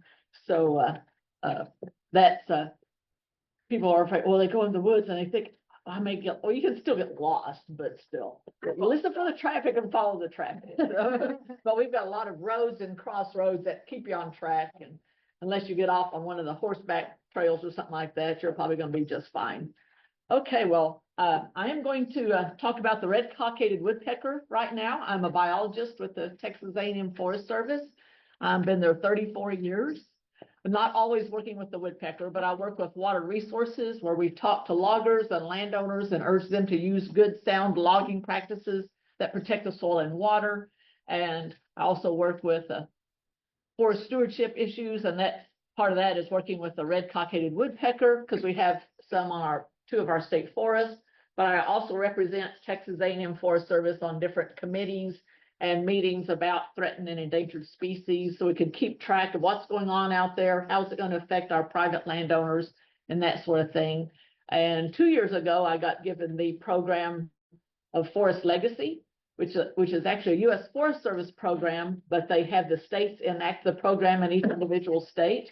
And basically, it is a program where we can get conservation easements, where we get grants and can buy conservation easements or outright buy property. But in Texas, we don't want to do that. We just want to buy the development rights where the landowner still maintains the property and does forest management, whatever their ideas are, but they have to follow the regulations and the spirit of the conservation easement. And that's on lands that are usually large tracts of land that are environmentally and ecologically important, but in danger of being sold and subdivided and developed and that sort of thing. So landowner still has ownership of the property. They can still do forest management. They can still do a lot of other things, but they just can't develop it and that sort of thing. But we're here to talk about the woodpecker. So you can see it's kind of a small woodpecker. On the snack table back there, I put a stack of brochures on the woodpeckers of East Texas. So if you're interested in that, pick one of those up. And you can see it's a small black and white bird, about the size of a bluebird or cardinal. And here's some other similar species that some people may or may not get mixed up with the red cockaded woodpecker. The hairy woodpecker is similarly colored, and so is the downy woodpecker. The downy is a little smaller than the red cockaded woodpecker, and the hairy is a little larger. Their red spot is a little spot behind the head, and with the red cockaded woodpecker, that you can see the red cockaded woodpecker, the striping are actually just a bunch of little dots go across the back like a ladder, go all the way across the back, and on those other two woodpeckers it does not. And also the red cockaded woodpecker has a solid white cheek patch. The cheek patch there is white, and on the other woodpeckers they had a black spot that goes across the front of it there, or across the middle of it. This is the male and female red cockaded woodpecker. They look very similar. The male is the only one that has any red, and it's just a tiny spot of feathers behind the eye, back where you'd think the ear would be, and that's the male on the right and female on the left. And when I hear people say, "Oh yeah, one of those comes to my grandma's bird feeder," or say, "Oh yeah, that red is beautiful in that bird. I see them all the time." When they say that, I know they're not talking about the red cockaded woodpecker. Because if you see the red, you're pretty lucky, and it's on the male only a small patch, and sometimes that's even hidden by feathers. If the sun is just right, if he's really irritated, like this one is, for obvious reason, or if he's scratching and the sun's just right, then you may see the red. But otherwise, you may not see the red at all. And they don't really come to bird feeders, okay? This is a juvenile bird. That means it was hatched the year this photo was taken. I know it's a male because the males with their first set of feathers get the red feathers, the spot on top of their head. And after they have their first molt and get in their new set of feathers, then the red is back here on the behind the eye. I put this in here, and sometimes I talk to Audubon groups and things like that. And I think this is a very interesting. Oh, and I gave away the answer to my question, but I think it's a very interesting story. You know who penned this, who drew this? John James Audubon, and he has a story. He said this species was first described by Wilson, found abundantly from Texas to New Jersey and inland as far as Tennessee, not that far anymore. Near Bayou Sarah in Louisiana, I once slightly wounded 2 males, which I put in my hat in order to carry them home. The first, on being brought to the ground, was easily secured, but the case was different with the other, for it at once hopped off towards the nearest tree, crying loudly all the while, and on reaching, ascended as if unhurt. Well, I accidentally skipped a line there. Anyway, yeah, this is how he says he obtained it. I accidentally knocked it off with a clod of dirt.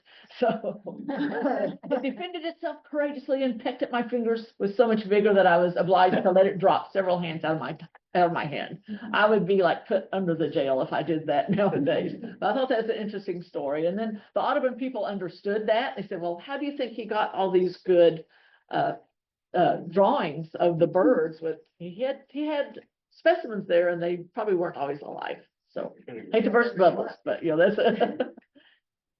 this is a map of their original range, like they said, all the way from Texas and southeastern Oklahoma all the way up to New Jersey.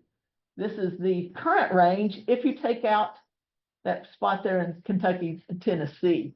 Several years ago, they had red cockaded woodpeckers there, and bark beetles came and killed all the pine trees that the red cockaded woodpeckers were in. Fortunately, the biologists captured them and moved them down south. So there are no more in Tennessee or Kentucky, but in these 11 states right here. And they don't fill in the whole purple area there. That just kind of encompasses their current range. This is the original range in East Texas, which is basically all the eastern third of Texas. And this is the current range, and really this needs to be updated. Nacogdoches probably has no more, and I'm not sure about Polk County.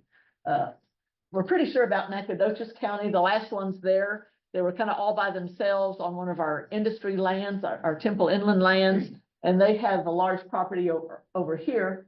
It's under other ownership. They have property over in Newton County where they have a lot of these woodpeckers, and they can survive better if they are in a large group where you have the genetic diversity and things like that. So fortunately, the ones in Nacogdoches County, they moved over here because soon after they moved it, a tornado came through and destroyed the habitat.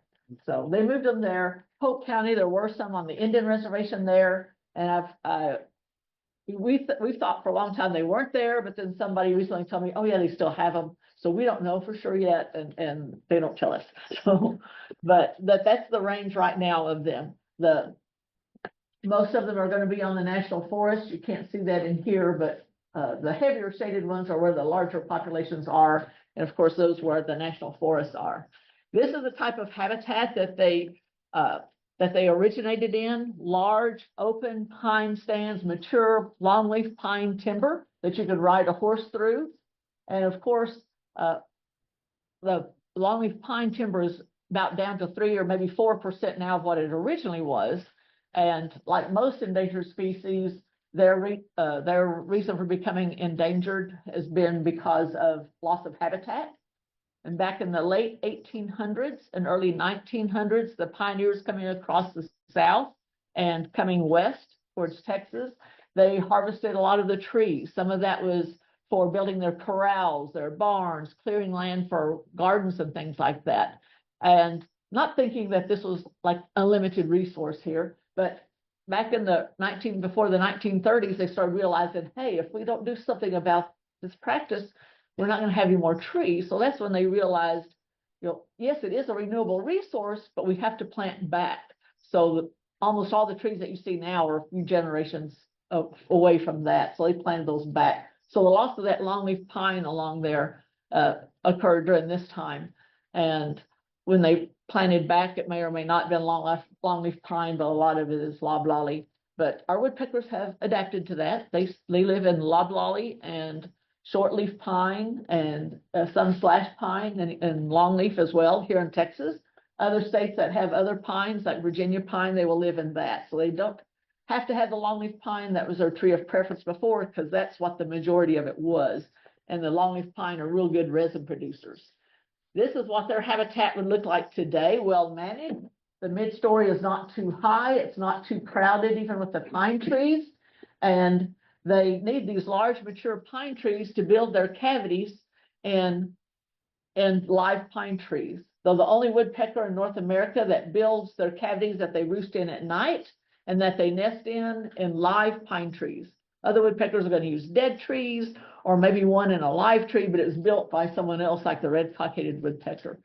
And they like the large mature pine trees. For one, they have the room inside them for them to build their cavity. And another one, the larger older trees tend to get a fungus called red heart rot. And a lot of times that disease is manifested on the side of the tree by a conch or a little mushroom type fungus on the outside of the tree. You don't always see that, but sometimes you see that. And if a tree has the red heart disease, then it helps you soften the heartwood of the tree, which is normally pretty stout and pretty solid. And it kind of, I mean, it's not mushy, but it's got a lot of air cavities and things in it like that. So it makes it easier if you're pecking your head against a tree and using a beak, trying to excavate a cavity, then you want as much help as you can get.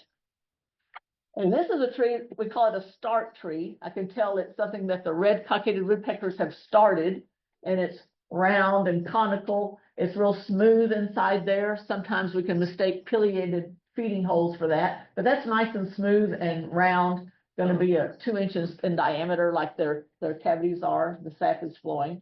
It can take them a year or 2 or 3 or even more, multiple years to build these cavities. And this is one that is completed.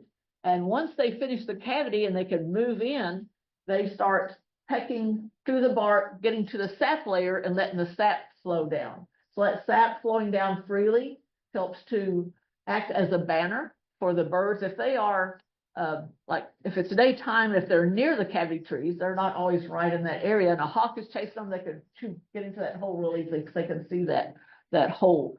And then also if they're pretty territorial. So if there's another bird flying by and he sees that tree and he sees that banner and the fresh flowing sap, that, oh, this is already occupied by someone else, I better leave before they chase me off. But it is also a deterrent to their major predator, the rat snake, which can climb right up trees and brick walls and stuff. And the rough furrowed bark of a pine tree is easy for them to get up into, eat eggs and young. And that sap layer, if it gets on their belly scales, it could irritate the belly scales and they'll back on off. So that's a close up again of the tree. And that's an extreme close up of the cavity of the tree. I was up in the tree one time. I said, well, I'm up here. I'm just going to get a good picture. And this is what it looks like inside. It's a cross section of a natural cavity that these woodpeckers had built. The entrance is about 2 inches in diameter. They go back to the center of the tree. Then they go down in there, one beakful at a time and excavate all the way down about 6 or 8 inches. And it's probably about 3 inches across there in that tree. Only one bird per cavity. That's each one in the family group are going to stay inside a cavity of their own. And it's usually in 2 different trees, although sometimes I've seen 2 cavities at different levels in the same tree and they were both occupied. So, but it's usually a 1 per tree, and it's definitely 1 bird per tree. Since it takes so much time for these woodpeckers to build these cavities, it's a really hot commodity for them there. And they've come up with a way to put in artificial cavities that work just as good for them. In fact, Hurricane Hugo back in, the 80s, late 80s, came through and devastated a lot of North Carolina's and I think some of South Carolina's woodpecker habitat. And somebody had already been working on these artificial cavities, and they had to use this to put them back in for the birds to have somewhere to roost because they lost all their other roost trees. And this is what it was. I'll have a sample out there when we go out in the field that you can see it more close up. But you can see it here. It's made out of eastern red cedar. They take a hole saw and drill down this way and that way to mimic the same structure of the other kind. And then there's a plywood top on top of it to cover the top hole.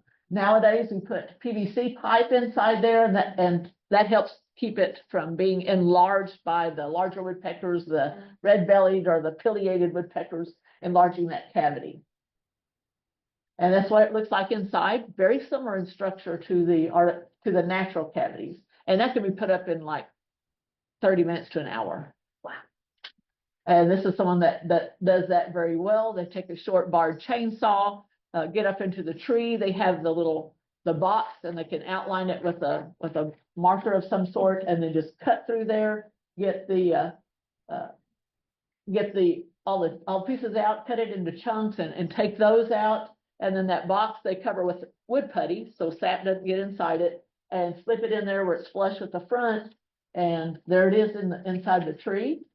And then we doctor it up. We paint it brown where it looks pretty natural. And then they take spray paint or the putty and make these little streaks on there, on the tree. Why do you think they make those streaks on the tree? Like, To mimic the sap. That's right, it mimics the sap and it catches their eyes. And woodpecker kicking over there, and if he says, oh, it's empty, nobody's using it, and he will go inside there, and once they start pecking their own resin wells, then it really truly does become safe for with the sap. It's not, those chemicals don't affect birds. It, no, it doesn't affect the bird. The tree is really, it's not killed. Some people think, well, doesn't that kill the tree? Well, I know some have lived decades after that. It does make them weaker at that point. So if we have a big windstorm, sometimes they snap, whether it's a natural or an artificial cover like that, the tree will snap there. But otherwise the tree is okay and it'll live for years like that. Sometimes I've seen them where woodpeckers abandon the tree, but eventually the tree kind of almost eating it, seals up over itself over that. And I've seen them to where it's almost totally closed off. On our forest and on the national forest, we keep track of each individual cavity tree.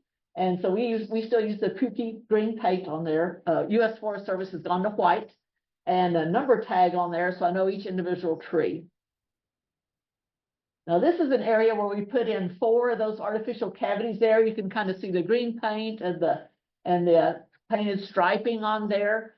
And each, what we call the cluster area, and the cluster is we'll see one today, is the grouping of trees that are cavity trees, whether they're using them now or not, and a 200-foot buffer around that. And we mark that ourselves. The birds don't know the difference. They don't know the boundaries, but to us, we know that by the guidelines, we shouldn't do certain management activities within that 200-foot buffer around these trees, the boundary during nesting season.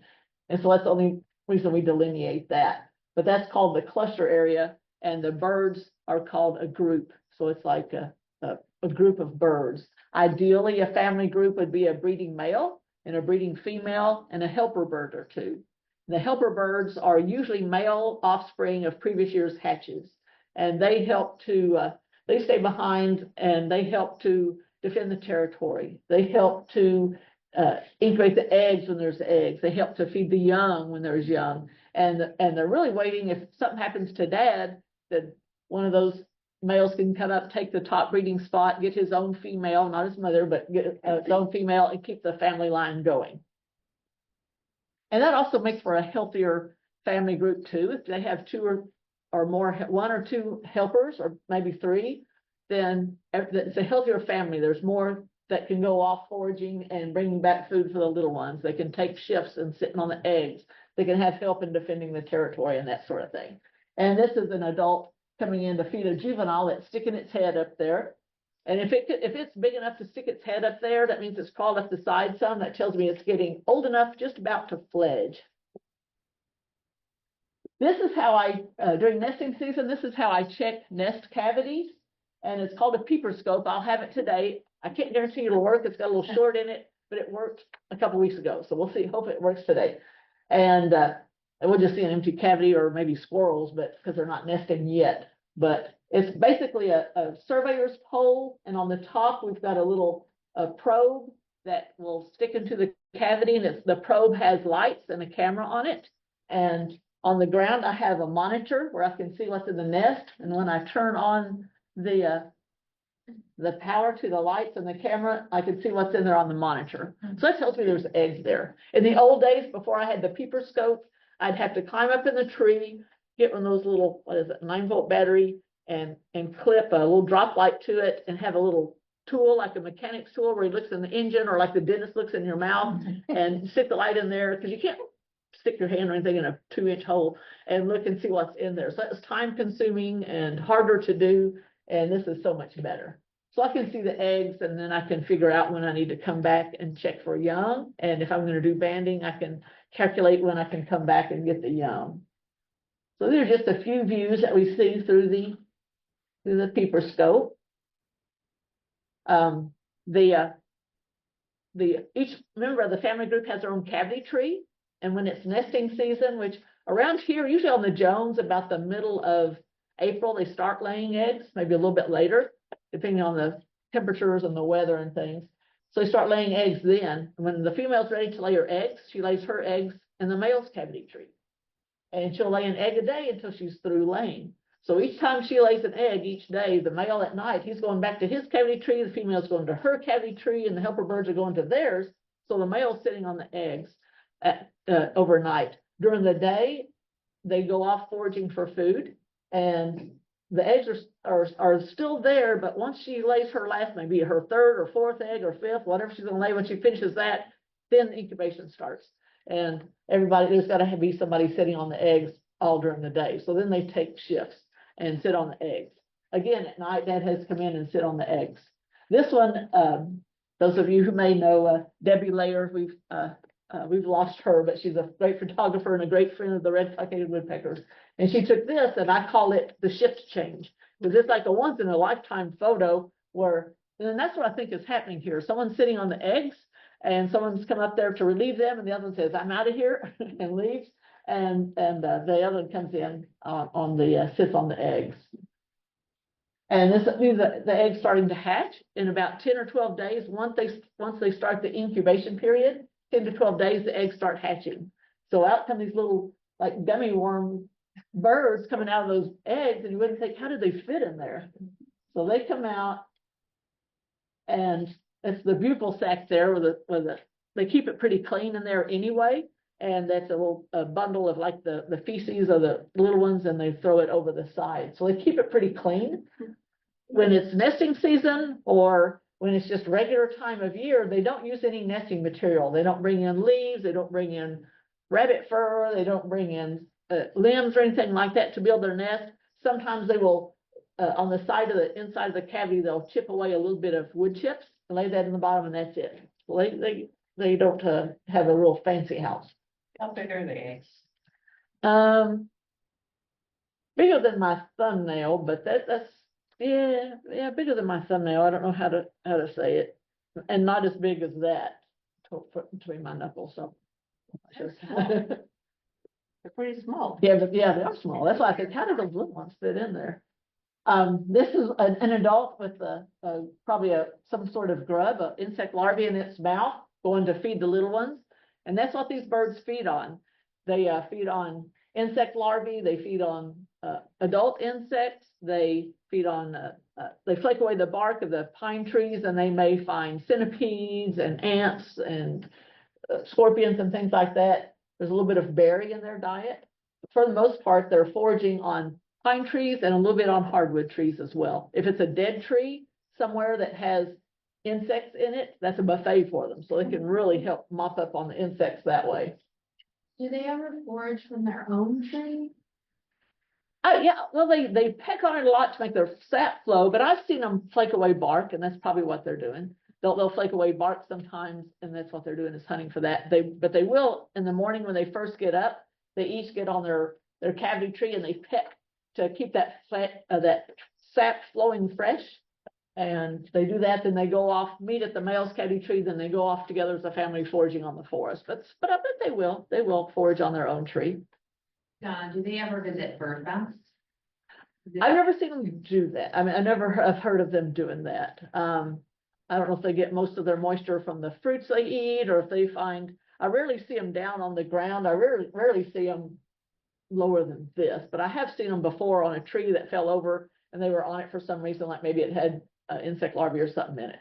But I've never seen them come to bird baths. And since each family group needs at least 75 acres, it's maybe 100, 120, or to 200, depending on how good the habitat is with large mature trees and how open it is. Then each family group needs that much. So they're usually more off into the woods. But of course, we do have houses that back up like next to our forest and things like that. And I've seen them go across the fence and forage on trees and on a pasture behind one of our clusters there. But I've never heard of them coming to actually the bird baths. How big is the family group? Ideally about 3, 4 or 5. You often see some 4 or 5 total in a cluster, in a family group. I've seen the averages, and usually about 2.6, like the American family. So not everybody has a helper bird or whatever, but but it's considered healthy if there's 3 in the family. That includes male, female, and the helper bird. And you'll only have one family group per 75 acres? Right, right, So they're pretty territorial. And now on the Jones State Forest, we're kind of compact there, so I've got an active family group in one area here and the other one not quite so far away, but that's what, through the scientific research and everything, that's what the scientists have figured out what they need. The 75 acres, if it's all good habitat, that's what they need to kind of just hold their own.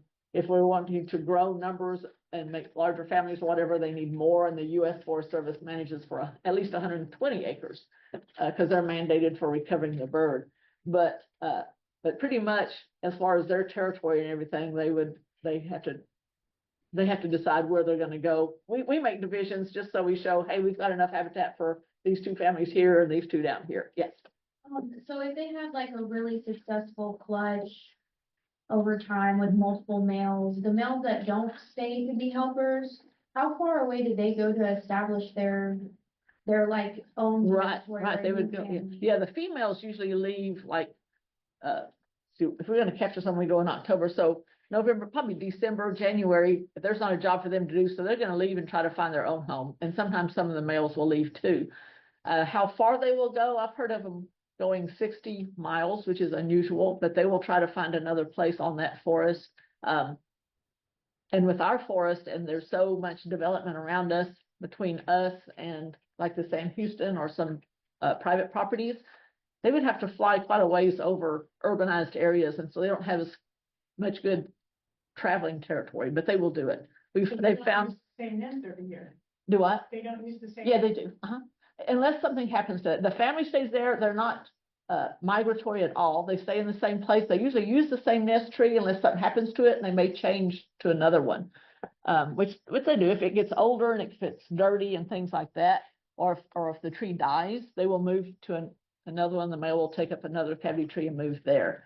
But the young juveniles, some of them, they don't all hang around home. They're going to go somewhere else. They're going to disperse, and that's what we wanted to do. And since we're so compact on the Jones, if there's not enough territory here, they need to find something nearby. So hopefully they can make it to the national forest, across Grand Central, whatever they call it now, and all that stuff. Yeah. Do you ever artificially move them? I mean, do you? We do. I'll talk about that here. So yeah, we do, and that's another big thing that helps boost the populations. I thought. Do you ever track them to see where they end up? We don't, and I don't know if researchers in the past have done that, like with some kind of GPS unit or some kind of tags. We do band them, and so we could see where they were banded and where they were born and hatched and things like that. But we don't track them using any kind of electronic devices or anything. I don't know if they've tried that in the past and it just didn't work or whatever, but we don't usually track them. Except with the banding, which I'll show that here in just a little bit. Oh, this one. This is another one Debbie took. We found a tree. You see the nice, fresh, flowing sap. That's a sign that the woodpeckers are still using it. And that's another juvenile that's probably getting ready to fledge. After they hatch, they usually fledge about day 26.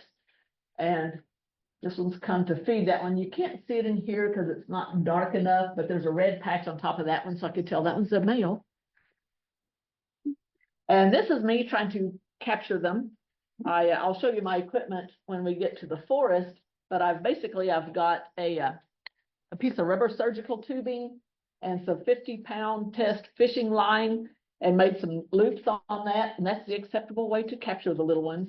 And go up to the tree, and I put the noose down inside the tree. And then when I feel I hit bottom, I pull back the string on the end that closes the nooses. And hopefully I've got one or two in there, and I pull it out to band them. So that's what I'm doing here. I'm fishing for baby birds. And you can see it here. This is my noose. And you can see the legs right there of the little chick that I've captured. And at this point, when it's outside the tree and I'm holding it up there 30, 40 feet high, I'm holding my breath. And I've got a little soft bag here on my side, and I can unhook it from the noose and put it in that soft bag, keep fishing till I get them all. And then I lower the bag down to the ground for somebody to keep it in the shade. and out of my way while I'm climbing down the tree, and then I band it. We band them with Fish and Wildlife Service, or now it's USGS silver bands, just like you'd see on a duck or something. Of course, it's smaller, and each one has an individual number. So they are tagged that way. They each have an individual number. And then if we're out with our binoculars or spotting scope or something, there's still no way we can read that number. So to tell individual birds, we put auxiliary bands on there, and that's little beaded colored beads like this. And so I put a color combination on each bird that's different, at least on my forest. And if somebody can see the colored bands and you can tell what color combination it is, I can look in my records and see which bird that was and where it was, when and where it was hatched. So then once I'm done banding all the birds that I have, then I put them back in the bag, I climb back up, and then I pull my bag back up and just plop them back into the little cavity hole. They tumble down. The whole time the adults are squawking at me, but they're not dive bombing, luckily. They're not dive bombing me, but they're fussing at me. So once I get my ladders off the tree, then the adults come back and they start going back to feeding the little ones back and forth. That means job complete. You feel comfortable doing it barehanded? Yeah, because I can't hardly do anything in gloves anyway, but I wear gloves climbing up there to keep me from scraping my knuckles on the tree and keep sap off of them. And so I take them off, but barehanded, yeah. And it's an old wives' tale that says, well, if you touch a baby animal, mom won't come back. It's just an old wives' tale. So what you're supposed to do if you find the baby bird on the ground, if you can safely see the nest and put it back, that's what you're supposed to do. A fawn, laying in the grass there, it's there hiding. I've even stepped on one, they hide so well. I've stepped on one before and it went, ew, and I thinking it was a rabbit, and I looked at it, it was a little fawn, but, oh, it's orphaned, we gotta take it back. No, that's usually not true. The mom is just going off finding some food, and she told the little one to stay right there. It's been what it's supposed to do, just stay right there, and I'll be back for you. So mom's there. But with these birds and the rabbits and things like that, it's best to leave them where they are unless it's just, squirrels coming out of trees, that's gonna be hard to get back up in there. And you need to find an animal rehabber that has the certification and the permits to do that. But yeah, with my bare hands, it doesn't matter. They come back and forth, and we've been doing it for decades now. So, but good question. This, you can see that's the front of one of those artificial cavities, and that metal armature on the front also, as well as the PVC pipe, helps keep other woodpeckers from enlarging that hole. Flying squirrels, they're cute. I like them. They're cute. They're soft. They're neat animals, but they're detrimental to my woodpeckers. So they are, of course, they're nocturnal, so they do their thing at night, but they need a cavity to nest in, nest in also, but also to come in at night. So they're cavity dwellers. So they find these ready-made cavities, and they will take them over pretty easily. But if there's eggs in there, they can crush and eat the eggs. They can kill the young, and so they're a detriment if it's a cavity tree that my woodpeckers are using. So sometimes I have to extract them, and I think I've got slides to show that. So this is with my peeper scope. I've gone up there and I looked in there, and you can see the eye. There's at least 2 squirrels in there. I've often seen 3 or 4. And sometimes I don't see the eyes unless they move, but there's eyes and a tail curled around. And usually I'll go in there and on my peeper scope, I'll see the fur going, they're pretty nervous because there's something in there. And I see them breathing. Oh, there's squirrels in there. So if it's an active RCW cavity tree, if it's not active, I just leave them be. But if it's active RCW tree, I need to get them out of there and relocate them. So I've got thanks to Heartwood Master Naturalist many years ago, they bought me a backpack vacuum cleaner for that very purpose. And I'd seen somebody in Arkansas that did this. I said, wow, that's genius, because I have to climb up there and spray some ether in there and try to grab them with my mechanical grabbers. And I've got a 50-50 chance of getting them. And they had better luck with that. So when I found out that one of those backpack vacuum cleaners cost like $500, I said, I can't ask our associate director for $500 for a vacuum cleaner, but Heartwood came through for me. So we've got that. So basically, I can strap on my back. I need a generator down there to hook up to, and a 50-foot long cord to hook up to. And so I can run the vacuum cleaner. Once I get up there, I know the squirrels are up there. And once I get up there, I've got the little vacuum hose that I've kind of adapted where it fits down in that hole. And I told them to turn it on. So I'll get a woodpecker. Not a woodpecker. I do not do the woodpecker. I'll get a squirrel on the side. And I promised Heartwood, I said, I won't I won't do it if they're nesting and they have babies. I won't suck up babies or anything like that. So ideally and usually I get one squirrel on the side and I'll pull it back. I can tell also by the feel, but also the tone of the vacuum cleaner that I've got something. So I'll pull it back. In this instance, I do have my gloves on because I'm not touching that squirrel with gloves because of claws and teeth. And so I'll take it and I'll grab the squirrel and I've got a little cage down here. That's a cage right there. I've got a cage that I can put it in. I've got the cage ready to go and I'll take him off and I'll shut off the suction and I'll put him in there and close it up and go back and get more if there's more in there. So there's no blades in there. It's not Vegematic or anything like that. And I take them and I relocate them somewhere else where there's a nice creek and nice trees and things like that. This is a rat snake. Again, I think that's a posed picture, but that does show them climbing up in a tree. And if they get on the sap, then that's what makes them back off the tree. This is old dried sap. That's why he's still on there. But if I go 1 week and see a nest of eggs, then I come back the next week and there's 0 eggs and there's nothing on the ground or anything like that, I know a snake got in there and swallowed the eggs and left with all the evidence in it.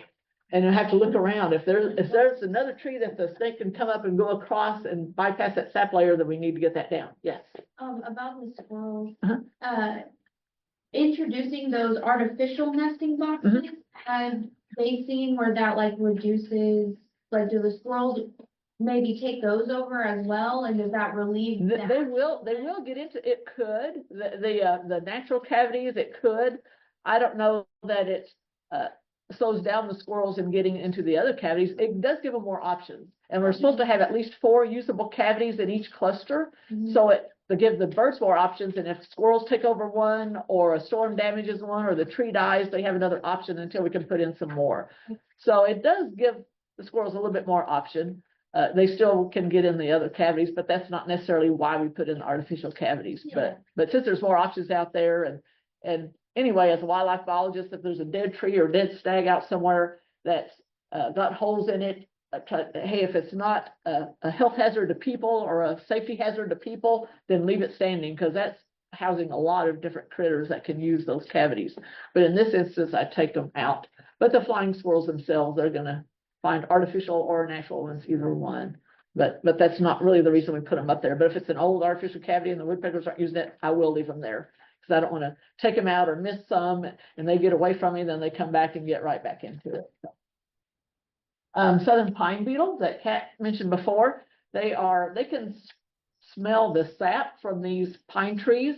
That's one unfortunate part of having those resin wells flow down. They can smell that sap, and it tells them, oh, here's a stressed tree, here's some sap. So they hone in on that, and they can kill our woodpecker trees. When I started off with a Texas A&M Forest Service, I was in bark beetle research. So we did research on pheromones, insect smells that can put on the trees to kind of keep them away from those kind of trees, from high value trees like this. But they can kill the tree. But also there's another species, the Ips engraver beetle, right there. On the SPB southern pine beetle, it looks like a little, when the tree is trying to defend itself, it goes through the bark and gets to the tree. It's trying to defend itself from those beetles. So it uses the sap to push them out. And that's the little popcorn ball looking things you see on the outside. The tree trying to defend itself. But when you have like 3,000 or 4,000 beetles coming in, you can't always get them all off.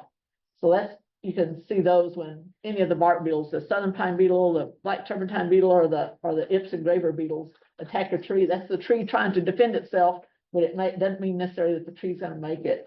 And this little brown crest, that one looks like more brownish than the other. That's an indicator of Ips engraver beetles. Windstorms that we had back in 1990 that came, it wasn't a tornado, they said it was straight line winds. It affected us in Lufkin, but it came across Sabine County in East Texas. And this is from the Sabine National Forest, I believe. And you can see the green stripe there, and it devastated a lot of red cockaded woodpecker habitat. But when the biologists went out there, they said, well, we're gonna have to go, it didn't tear down every stand. So in the background, you can see some mature trees. So they had to go to neighboring stands of pine trees and put in some of those artificial cavities. And to show you how good they work, then one biologist said when he put in his last artificial cavity and put his chainsaw back in his truck, here came a cockaded woodpecker and immediately went into the one he just installed. So that's helped the population quite a bit, because we can replace those trees that have been damaged, or we can make sure there's enough areas for the woodpeckers to come or to move into, have some extra cavities for them to move into. So it's made the populations from 1990, when they started putting those artificial cavities in, made the populations go up. And here, this kind of illustrates where they can break off, where I mentioned the cavity is, where the artificial, this is artificial one, but where they can break off there and kill the trees, but we were able to go in there and replace those trees. So lightning strikes sometimes will affect the tree too.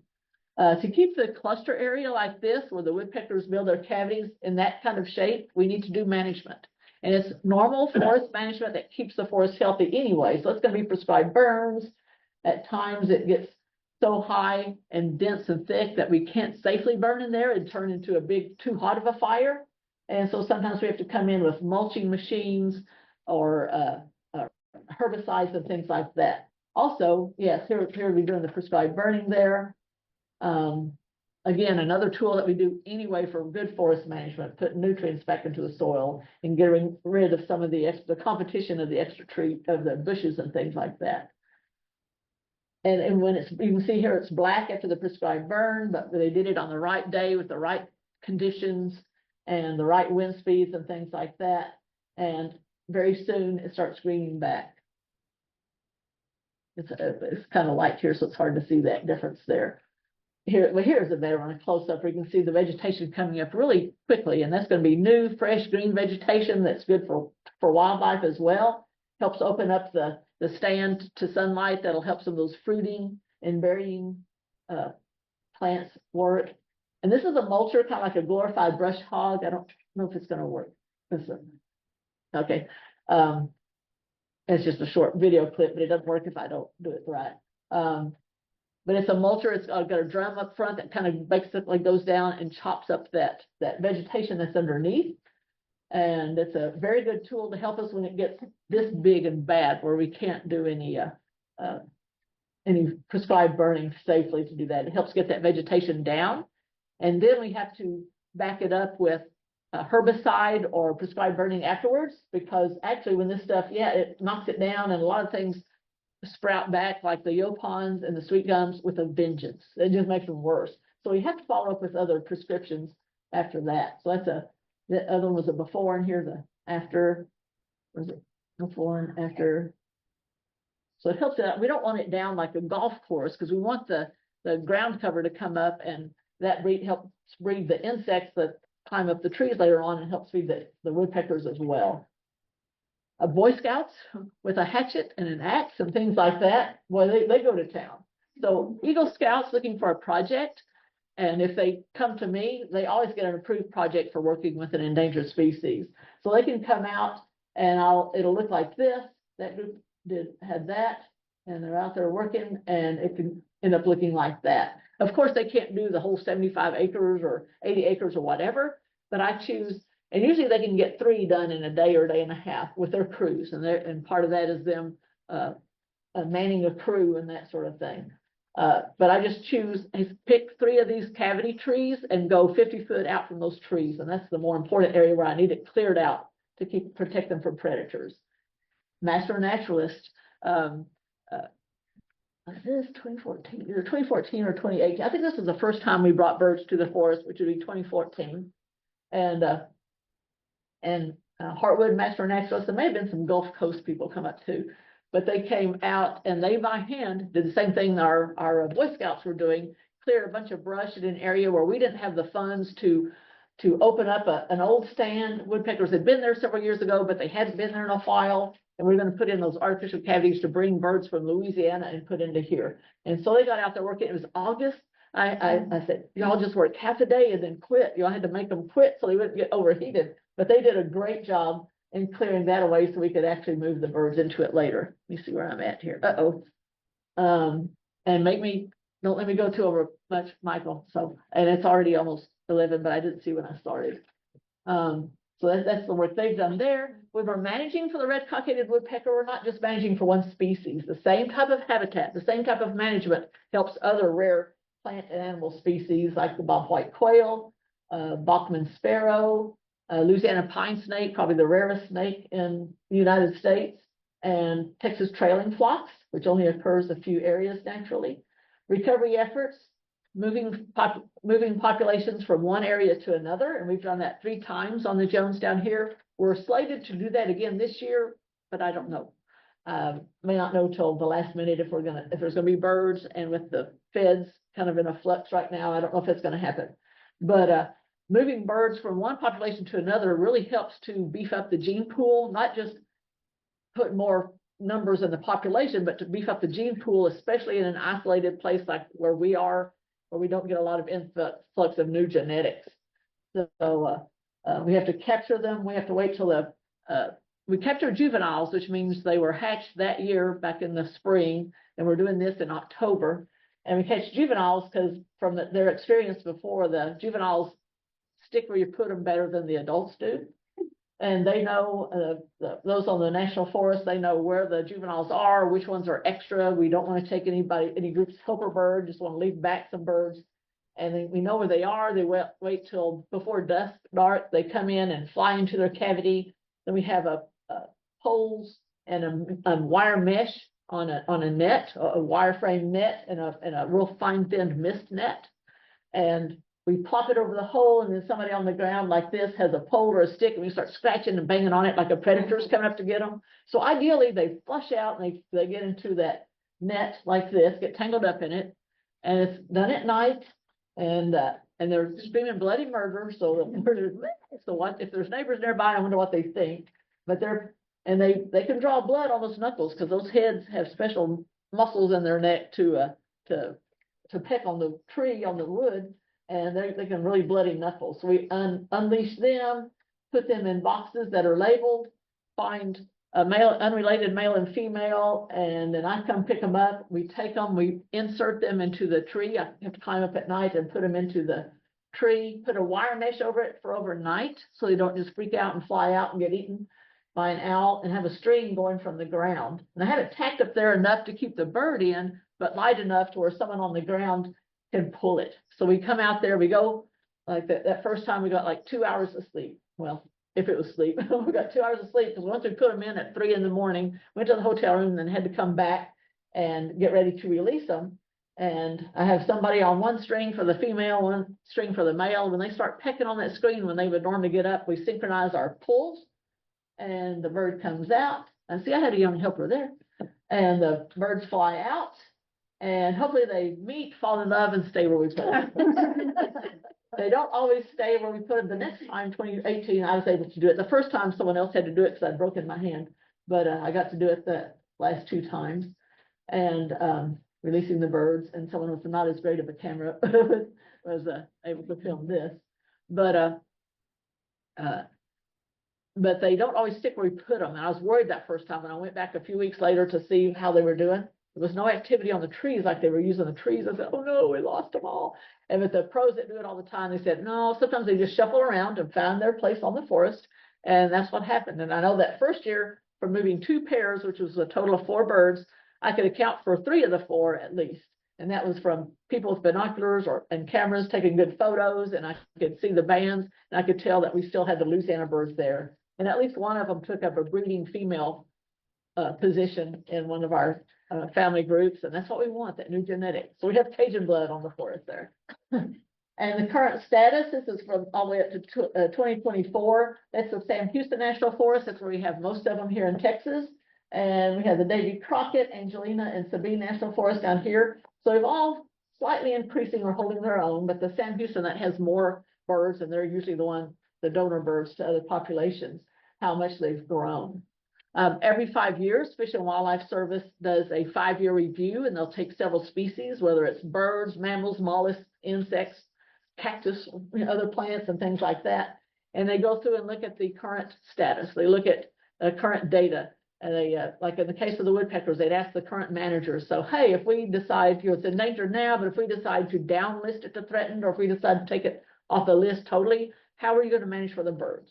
And we, like a lot of the others said, we're just going to do it the same way as we always have. Well, after that 5-year review and a lot of input from others, then officially October 24th or 5th of 2024, now the red cockaded woodpecker is downlisted to threatened.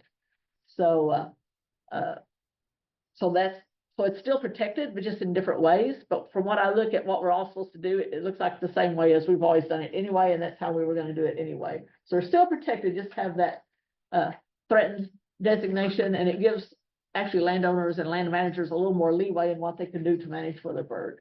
So, on our national forest, I hope, that fire, I hope it didn't get any of their woodpeckers. I know it looked like a lot of it was on national forest land, but you used to see some on 1375. I think they're still there. Of course, the W.G. Jones State Forest, where that little L, you can see how much urbanization, when you're on the ground, you can see, yeah, there's houses around us, but when you look in the air, you really can see, wow, look at how much urbanization is around here.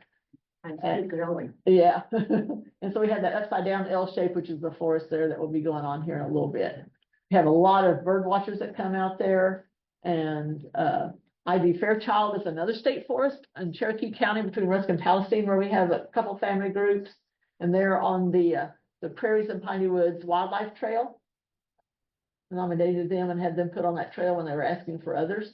So it's less urbanization around them. There's a lot of farmland around them, but also a lot of forested area. But they're way off away from other populations. So they're pretty isolated as well. And a good place to see them, if you know where Boykin Springs is on the Angelina National Forest, that's a fun place to go see them, and that's where that photo is taken. This is just showing where you can find there. If you want to know more about where to find them, then I can help you with that. So how can y'all as master naturalists help? If you're on the forest and you see the birds, and if you can see the bands, the colored bands, try to remember or write down whatever colors you can see. You can't always see all colors, but what colors you can see, what order you thought they were on, what leg they were on, and get back with me and let me know. Or if you find one of these trees that looks like the woodpeckers have started, then you can let me know that as well, because sometimes it's other people that tell me, hey, I think there's a new tree started down there. That band, that light blue on that one, that told me that bird, that's one of the Louisiana birds there. So that's how I knew that we still had it. So just finding something like that, or the trees that you can see here with the melted candle wax looking formats there. My Donna, keeper scope. Yes. How long does it take for one of those resin wells to dry up? If they stop using it, you can usually tell, since they work on it every day, it'll look real sticky. But if they've stopped using it, they don't necessarily dry up, but the sap dries on that. You can still see it on the tree, but it'll be more gray, or sometimes a yellowish or goldish color, and it doesn't look shiny or sticky. But if it's been a long time, years, and has rain on it, then sometimes it's actually a gray color. So and also hopefully we'll see today where we can see the inside the resin well where it's still bark on there. It'll be reddish looking instead of the gray that's normally on the outside. If that hasn't been pecked on in a while, that'll turn kind of grayish too. So how long, I can't say, but if they don't renew it every day, it probably stops looking sticky after about, depending on the temperature, probably about after a week or two. They have to activate it every day for. Yeah, they do, right, to stay wet and fresh, Okay. yes, And I can send you this, what can sometimes be mistaken for them. So I don't want to keep us any longer, but with us all working together and doing the good forest management that helps the forest anyway, we can keep this species going and keep it on the right track. And there's the awe picture. Okay, if there's any questions, we'll do that out in the field since we need to get out there. And Thank you, Donna. oh, you're welcome.